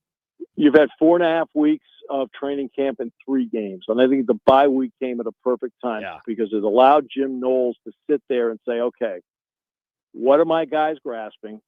And is there a play? A lot of guys are grasping everything, but is there a player or two out there I can't use in certain situations because they aren't grasping it? And that's, and that gave him the opportunity to do that. What Knowles' system does is this. Penn State's been a prime man cover team for years, and it's worked, and it's worked really well. Every once in a while, you get against the team that has excellent man receivers. Mm-hmm. Well, Jim has a couple of different things that he does compared to others where I think they feel when they get into those situations, they have more answers for it now than they did before. Should be a great matchup, strength on strength. You got Penn State's rushers like Dennis Sutton, Fisher, and Coleman up against an Oregon offensive line that's giving up some of the fewest pressures in the country. How do you see them being able to get pressure? Can they do it with a traditional rush, or do you anticipate they may have to bring extra pressure on occasion? Well, I mean, I think every once in a while you have to bring extra pressure because you've got to change things up. Yeah. But tonight, Dennis Sutton is a terrific defensive end. Chaz Coleman, the freshman, who will definitely play in this game, is another guy that gets off the edge and makes plays. So they can do that. And if you can do that with 4, now that changes everything. Now, if you have to start blitzing, which means you've got to get into more man coverage, okay. But Penn State has variety with this. And that's one thing both quarterbacks to this point, Drew Aller and Dante Moore, both have something in common. Neither one of them has been pressured a lot so far. Mm-hmm. So they've had, for the most part, pretty clean pockets to throw with. So let's see which one can handle getting a little bit of heat and still make some plays. Steve, I'm going to ask the low-hanging fruit question, and that's just about James Franklin in games like this. But I want to hear your perspective about like how the players view it, because like I have to imagine there's a lot of annoyance about like, hey, stop asking us about this. Yeah, we lose to top 5 teams, but that's because they're top 5 teams. They're really good. And I know Oregon's just outside of that, but like, I guess what best describes the mood whenever a question like that comes up around there right now? I think everybody pretty much ignores it. Yeah. I think the players pretty much ignore it. James has always been one to tell his team to focus in on the 1-0 part. No, you can't do anything about the Ohio State game. Saturday, you can only take care of the Villanova game. You can't take care of the Oregon game because you can only take care of the FIU game. So I think that he's done a great job of ingraining in them just focus on the task at hand. As for him, look, the bar changes all the time for everybody in coaching. I mean, I go back to when they said Tom Landry and John Madden couldn't win the big game. Okay. You know, yeah. I mean, they were told they couldn't win the big game. And finally, they did. Well, for James Franklin, it's been like, well, he can't win a conference championship. Well, he did that.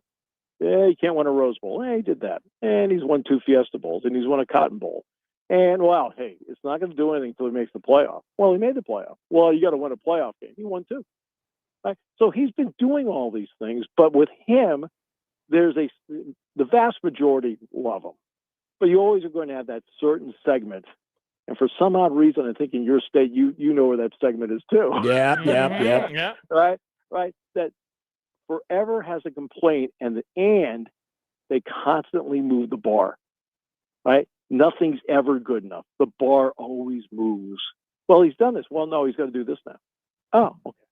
So, and that's, you have to do whatever you can to ignore things like that. It's not easy. I'll give you an example. Drew Aller, I think before the USC game last year, went completely off social media and hasn't been on it since. Because you don't need to deal with that. No, that's a good idea. Great idea. Yeah. I mean, look, this is the fault that we have with social media. Media companies think that social media is the pulse and the heartbeat of what people are thinking. And it's not even remotely close to being true. There really aren't that many people posting on social media unless they're showing you pictures of their grandchild on Facebook, right? I mean, that's what they're doing. They're not posting about sports. They're not posting about politics. There's a fine group, a small group in there that's doing all the posts out there. And media companies make the mistake that that's what everybody's thinking. And that's not what everybody is thinking. Now, do they desperately want to win this doggone game coming up on Saturday night? Of course they do. It's a big game in this season for this team. Just like for Dan Lanning in Oregon, it's a big game in this season for his team. And that's what it's about. I mean, 12-team playoff now, you can put yourself in a great position after a game like this. Steve Jones, the voice of the Penn State Nittany Lions. Steve, have a great call tomorrow night. We're jealous that we can't be in that atmosphere, but we will be watching from afar. Should be a fun game. Yeah, it should be, and looking forward to getting Nebraska and Matt Rule back here. It was home on November 22nd, so it should be great. That's Thanks true. So much, guys, for your time. You bet. We'll catch up with you then. That's Steve Jones, the voice of Penn State football. Hell yeah. Nice get, Nick. Both voices of the biggest game of the weekend. I'll say this as we roll on into predictions next. Steve sounded more confident in his group. I think. I sense a little more confidence from Steve. There's confidence. But he has that whiteout to fall back on. How are you going to say that about a man that's in the air and can't defend himself, Josh? Yeah, good point. Talk about a man when he can't hear you. I'm just saying he sounded more confident. Maybe he's flying over us right now. Maybe he did hear you. Maybe. He's listening to the Grum. Got a lot of predictions coming up, so we'll snap to it next on 1620 The Zone.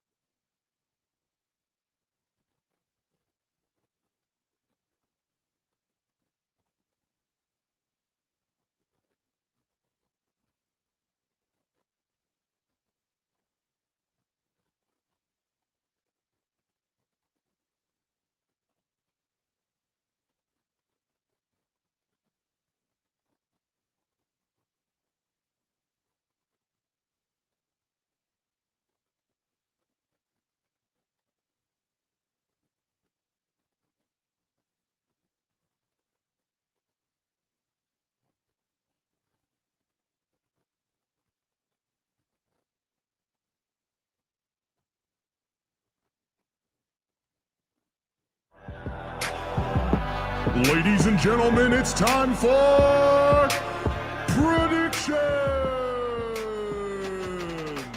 Over, bet the over. Vikings in the over. Nick actually had the best week last week. Did I? Yeah, you didn't tell us in the email. Yeah, I wouldn't have known, John. Look, it's just a bunch of question marks. I on don't the know graphic. what's up. Settle down over there. What's Settle my down. record, John? You're still in last place. But what's my record, John? 28 and 40. No, I'm in first. Oh, what's your record? I've at 32 and 37. What am I? 31 and 38. Oh, let's go, baby. We are so back. I'm not far behind you. Yeah, you're a million miles behind me, Nick. All right, let's start with big noon kickoff. USC -6.5 at Illinois. Nick. USC. Yeah, this one's easy. I said this one's easy. Give me the Fighting Illini. Wow, what a moron. Give me the Fighting Illini. You know they got smoked last week. They looked really Sometimes overmatched. teams lose and then they play well. Yeah, by Coach Siggs. Yeah, but he's an awesome coach. He's better than Lincoln Riley. Notre Dame -4.5 at Arkansas. I hate this one. Give me the Irish. Here come the Irish. Ditto. Go Maha. So you're saying Woo Pig Suey? Yes. Okay. You're saying Woo Pig Suey. Okay. Cincinnati +5.5 at Kansas. I'm going to take the Bearcats. You're trying to create a narrative. Typical media narrative. Give me the Jayhawks. Carry on, my wayward son. Kansas, John. Kansas. Get it? You probably don't know that song. It's not ACD. It's not ACDC. I know a lot of Yeah, you songs. hate 70s music. Yep, exactly. Well, a lot of it was pretty bad. Not as bad as the 60s, though. Ohio State -8 at Washington. Ohio State. I'm going with the Huskies. Washington doesn't win. Ohio State wins, but Washington covers. I think Ohio State covers late. Damon Williams, quarterback for Washington, rushing yards over under 40.5. I'm going under. Same because of sacks. Same. Bummer. LSU +1.5 at Ole Miss. Woo, Lane Train. I'm going to go with the Tigers. I'll take a hot heaping bowl of gumbo. Gobble, gobble, gobble. Indiana -8.5 at the Iowa Hawkeyes. Nick. Go Hawks. Indiana's that team. They do it. Again, another double-digit win for the Hoosiers. Not so fast, my friend. Give me the Hawkeyes to cover. Maybe even pull the upset. Hawkeye candy. Bishop is back. Stealing candy from a baby. Yes, it will be. Because all those babies up there in the children's hospital will be waving down at Siggs. Yeah, while Siggs with that bad. magoosh on. face of his will be Come like, What's Google wrong me, with you? Google me. Okay, you get see now. That's not what I was talking about. I was talking about the game, not You're the monster. over on Fernando Mendoza's passing yards of 250.5. Over. Yeah, I will go over too. Okay. Oregon, Penn State. Oregon +3.5 against the Nittany Lions, Nick. I'm going to take Oregon. Wrong team's favored. Ducks get it done on the road. Wow. Penn State's not infallible on the way that out. talk about Steve Jones. He did sound confident. And if they win, I'm going to be like, I'm an idiot. I should have listened to Steve Oregon Jones. dominated this game last year. Maybe he's just confident in his broadcasting because he's a great He's broadcaster. done great prep. His prep was impeccable. He's got a good charts. Good pipes, too. It's a clean sweep. Give me the Ducks. Drew Aller, Whoa. 2.5 more passing yards than Dante Moore. I think Dante Moore will have more passing yards. Rats, me too. Yeah, same. What the hell? Alabama +3 at Georgia. I already tipped off my pick in the previous segment. Roll Tide. I was confused. I thought something was on my computer screen, and then I thought, what in the world did Nick put on that A? But it's the stupid little. I didn't notice what's that. the little tiny R called? It's not copyright. It's yeah, it's a copyright restriction. Yeah. Whoops. Anyway, no, you're fine, Nick. Bama, Roll Tide, Alabama, or I feel like a huge idiot tomorrow night. Why did I pick against Georgia? Bama sucked against Florida State, but I'm going with the Tide. Nah, screw it. I'll take Georgia. Screw it. I'll take Georgia. Largest lead in this game, over under 14.5 points. Famously, the largest lead last year was like 28 It was points. 28 points, but I think it's going to be closer. Under. Ooh. Okay. Are you NFL, going under. Okay. Eagles minus 3.5 at the Tampa Bay Buccaneers. You know, our friend earlier this week from covers.com. Jason Logan. Eagles are going to have to deal with the heat. Oh, it's going to be nasty. Soupy, Nick. Their pants, it's going to feel like they peed themselves. Oh, no. Yeah, that's pretty gross. I'll take the Bucks plus the 3.5 at home. I'm a little Baker pilled. I will go with the defending Super Bowl champion. Oh, does that feel dirty? Do you feel like you peed your pants when you said that? I feel like I pooped my pants and then had to eat it. The Indianapolis Colts are surprising 3-0. What the hell's going on with that Colt logo? That's the tingle, Josh. Oh my gosh, that's what the tingle looks like? That's the tingle. I don't know how I feel about Give me the tingle. Colts. Oh, I feel about the tingle. Rams, baby. LA Rams. We call them the Larms. The Rams. No, you're going to call them winners after Sunday night. That's why I picked them. Ravens minus 2.5 at the Chiefs. Chiefs are cooked. Give me the Ravens. Nick, that is astute analysis. Baltimore, baby. The 1-3 Kansas City Chiefs. We called it. 2.5 is such a fun line. Derrick Henry's fumbled in every game so far this year. I'm taking the Ravens, by the way. Okay. But he will not fumble Sunday. Agreed. I agree, too. God, why do we agree on everything? Micah Parsons sacks. Nick, there are new photos of him. You could have found a new photo Yeah, of I him. know. Troll. But this one made John laugh. It's funnier that way. Troll. Micah Parsons sacks over under 1.5. Over. He's going to get 2. Maybe even 3. Oh. Yeah, I think they'll double team him. And They really don't want him to get a sack. do I they? think others. It'd be a tough If look. if anyone's getting sacked, it'll be others. I'm going to go under. All right. So in the American League, you have 4 teams. Well, 2 of them are fighting for a division, so it's possible that both Cleveland and Detroit both get in. Okay. But somebody out of the foursome of Cleveland, Boston, Detroit, and Houston are going to miss the American League playoffs. Mm-hmm. Who will that team be? Cleveland's getting in. Screw it. Houston. Oh. I am going to say the Lions. The Tigers. Bears. Oh, my. Which The Tigers. The I'm saying the Tigers. Tigers. He's taking Detroit. I do this all the time, and I don't know why. The Astros don't have a tiebreaker over anybody, and they have the longest. Well, I'm taking Houston. Awesome. That'd be fun. Screw them, man. I don't And like them. which NL team gets the last wild card? So the Reds are a game back. The Diamondbacks are 2 games back of the Mets. Okay. The Mets are closing with the Marlins. But as you heard from Mike Faren earlier, the Marlins are pitching all 3 of their top line starters against the Mets. They ain't going to throw this out. Okay. The Reds are playing the Brewers. The Brewers haven't yet clinched the number 1 seed, but they could either with a win or a Philly loss. So there's a chance that they won't be playing for much Saturday and Sunday. Okay. And the Diamondbacks are playing the Padres. Diamondbacks are 2 games back. Which of those 3 teams makes the wild card? The Mets, because it'll be the funniest because all their fans are emo, even though they'll make the postseason. The baseball gods like to mock me, so it's going to be the Diamondbacks. What do you have to do with the Diamondbacks? Going with the long shot. Like So, the Diamondbacks. But, okay. and I'm going to take the Reds. Who doesn't like the Diamondbacks? And it'd be funny if another Wow, so we're NL all- West So team makes it somebody's going to get a point. in. Yeah, Awesome. Wait, Nick, you don't like the Diamondbacks? I don't. That's predictions, by the way. That is predictions. That- Wow, we breathed through that. in a I know. hurry. We tried to save a little time, and now we have like, I don't know, 10 minutes or so. Yeah, we can vamp. All right. What have we talked about today? We got to the charts. We still need to give away the rest of the Scary Acres. Let's do that. Can I play a couple more of the songs? Maybe you guys would know. Sure. Okay. I need to get back here. Okay, here's this one. Yeah. Oh, I was just gonna. Oh, that's easy. That's a Toy Story. It sounds newer. It is. Is that Witches? No. What It's is Midsommar. In this one, That's we the That's play the one trailer. you witches. told me about earlier. Yeah. Nick, that's mean.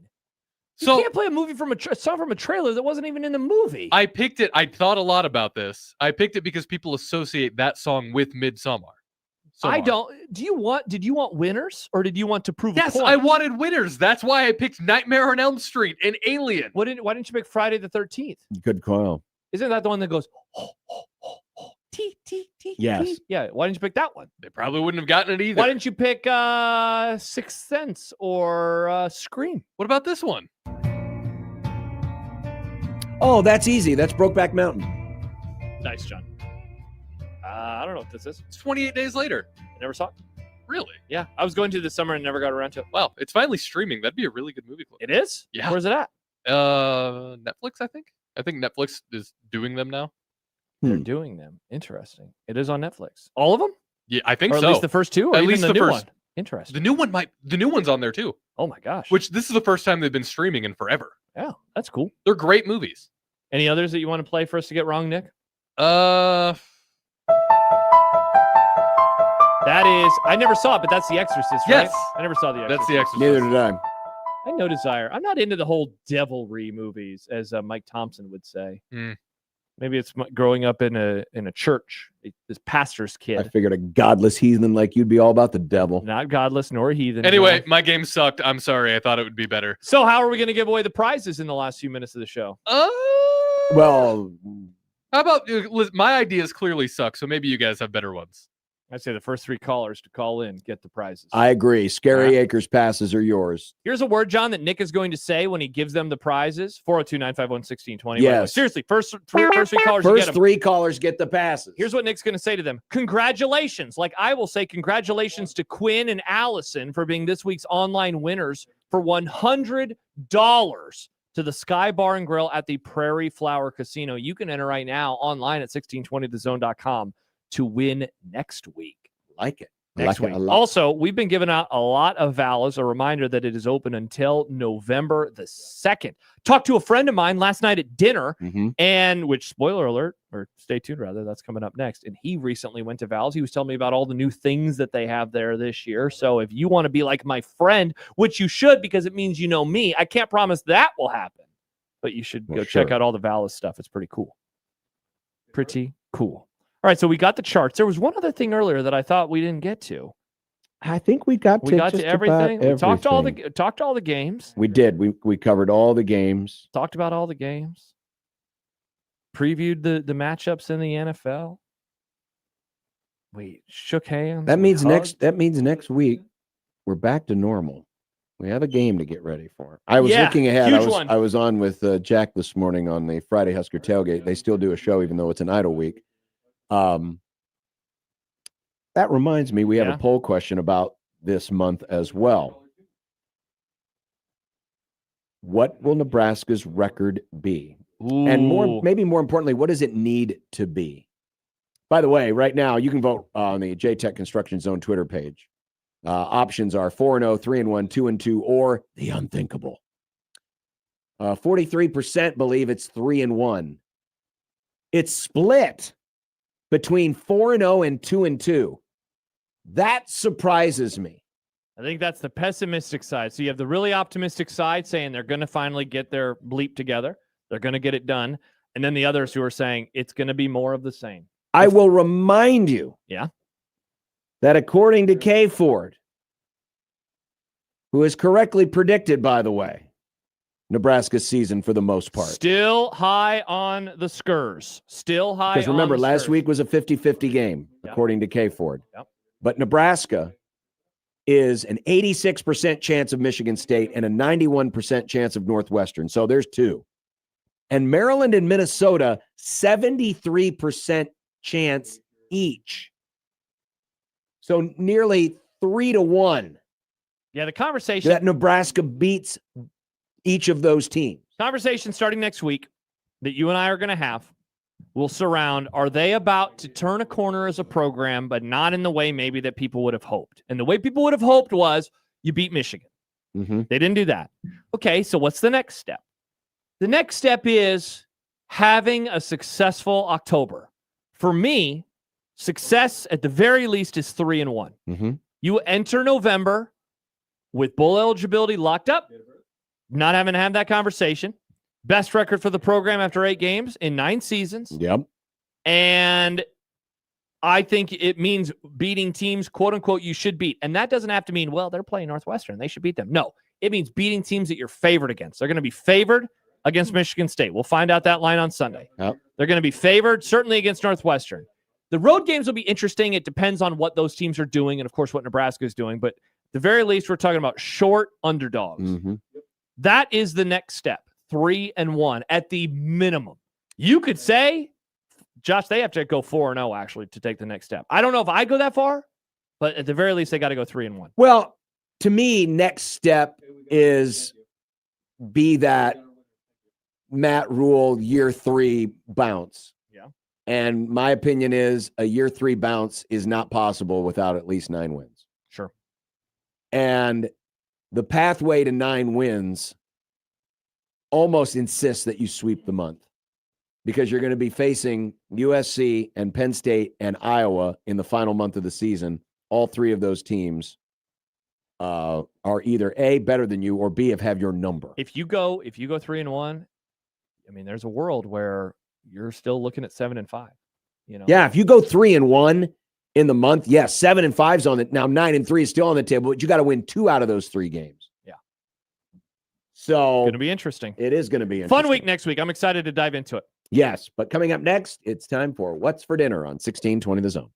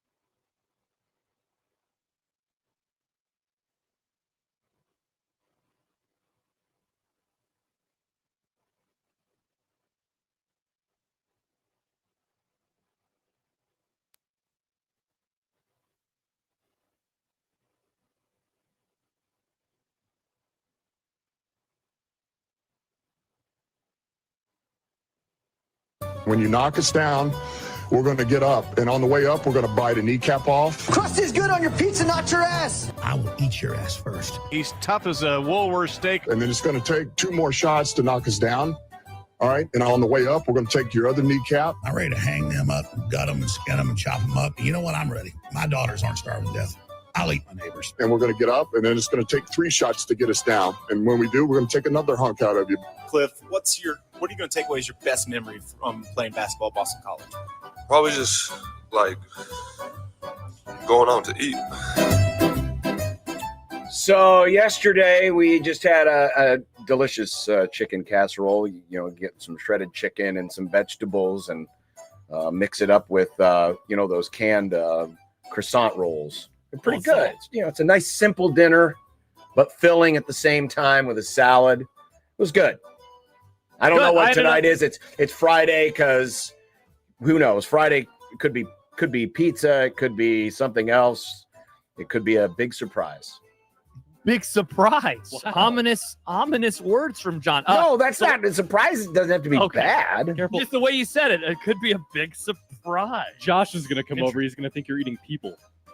Oh my gosh, John, don't do that. It's not the book that I just finished. Last night, went to Everett's. The wings were tremendous. The fries, John, those fresh cut, not garbage In-N-Out fries, absolutely delicious. Shout out to Mike Stibbs, who recommended this place a few years ago to yours truly. This is my 3rd time being there. My friend, it was his first time, and he very much enjoyed it. So that was really good. Tonight, quick leftovers, and then on to the evening. So I don't know. We'll figure out what's in the fridge. We have a variety of options. Had burrito bowls earlier today. Maybe I just go back to the burrito bowl well and have burrito bowls twice on this Friday. Could you imagine a well that was just burrito bowls? That'd be incredible. That would be incredible. I would worry, Nick, at some point it would get nasty, but it's a magic well. It's fine. I'm open to trying it. I'm open to trying the magic well full of burrito bowl innards. Last night, after Paige won her softball match, by the way, we got Taco Bell to celebrate because it was late and we were tired. I don't know about tonight. Taco Bell to celebrate. Hell yeah. Wow. So diarrhea for party. That's cool. Some of us don't have party. weak tummies, John. Some of us are fine eating Taco Bell. It doesn't matter what your stomach is like. It's Taco Bell. It's literally designed to give you diarrhea. What's tonight, Nick? I've got the martyr baton tonight because I've got no idea, again, how late I'm going to be working. So here we go. We've got what do you stuff got at home. on? There's no football game this weekend. I know, but I'm usually late on Fridays. I just have things. So it might be a double Taco Bell week for you. I don't think I want to do it again. We have stuff at home. We need to eat the stuff at home. We're trying to be better about eating our food at home. What about pork chops? There's nothing wrong with that. I don't know if we have any pork chops. Thawed anyway. Okay. Oh, there's kielbasa in the fridge. I think she wanted to make the kielbasa. Okay. Yeah, there's plenty of options. You'll be fine. Plenty of options for you, Nick. Plenty of options. All right. Well, that's what's for dinner. That just about puts a bow on the week. Next week, we'll be back to normal again with a game to get ready for, Michigan State. It'll be interesting to see what all the talking points are after this weekend, a huge weekend as we've previewed in college football, and some interesting NFL games where we might get a better idea on the direction of some of these franchises. So look forward to breaking it all down on Monday and then getting ready for Michigan State and the grind of October. Can Nebraska sweep the month? Don't forget our poll question's still out there too. What record do you think Nebraska will have in the month of October? It's been a nasty month for the Huskers. It really has. JTech Instruction Zone Twitter page at USC 1620. Yeah, we've talked about the last couple of days. The thing, John, that I always remember, and you might have been there, were you at that Bo Pelini press conference the Monday after, the Tuesday after they lost to Texas in 2010? And some random reporter was like, well, I guess October's not a very good month for you, huh? And Bo Pelini was like, what are you talking about? And the guy immediately scrambled because he thought that Bo would be laughing because Bo had made a joke the week before. And he was like, oh, you mentioned the thing last week. And Bo said, I was joking.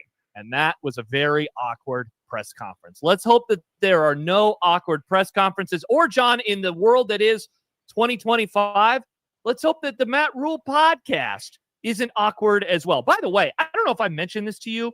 because I saw this on Thursday. I have not engaged with the Matt Rule podcast, but I saw it tweeted out. And it was like Matt Rule number 40. And I said, has he already done 40 episodes? But it's like House Rules or whatever it's called. And so each episode is like the number rule, like a rule that he follows. The number. Anyway, I don't know. Yeah, I was like, okay, that's trying too hard. I mean, yeah, I was like, is he doing bonus episodes? Does he have a Patreon that people need to start subscribing to? Sometimes What in the world? Matt Rule kind of tries a little too hard. Your words, Nick, not mine. Remember when he tried to go for it on 4th? Okay, that's not trying too hard. Is That it is not? trying to get Just a first down on. kick the field goal. That's a thing that teams do. Were the Lions trying too hard on Monday when they went for it on 4th down there? The Lions aren't Nebraska. Well, that is inarguable. That's a great point. No arguments here. All right, so all of that and more coming up next week. And, of course, it's a Monday. It means it's a Michael Severe Monday and Mitch Sherman as well. So, everyone, enjoy the weekend of Idle. And when we reconvene next week, again, we'll be looking forward to Michigan State. Yeah, I apologize again to everyone who has asked me to do something this weekend, and I keep saying no. I'm sitting on my couch. I apologize. You deserve to sit on the couch, Josh. Thank you, Nick. I'm tired. I just want to sit on my couch. Have an awesome weekend, everyone. Thanks for listening. Talk to you next week. Bye. Goodbye.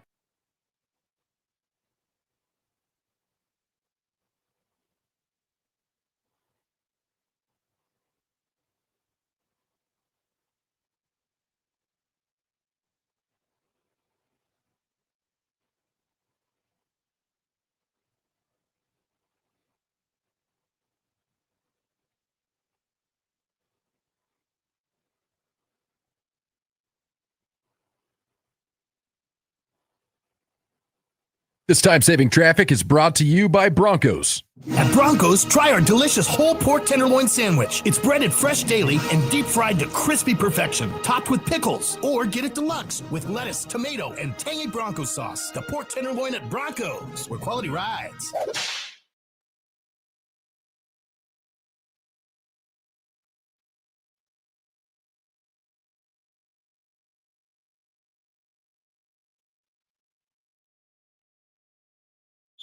KOZ and Bellevue, Omaha, Council Bluffs. This is 1620, The Zone.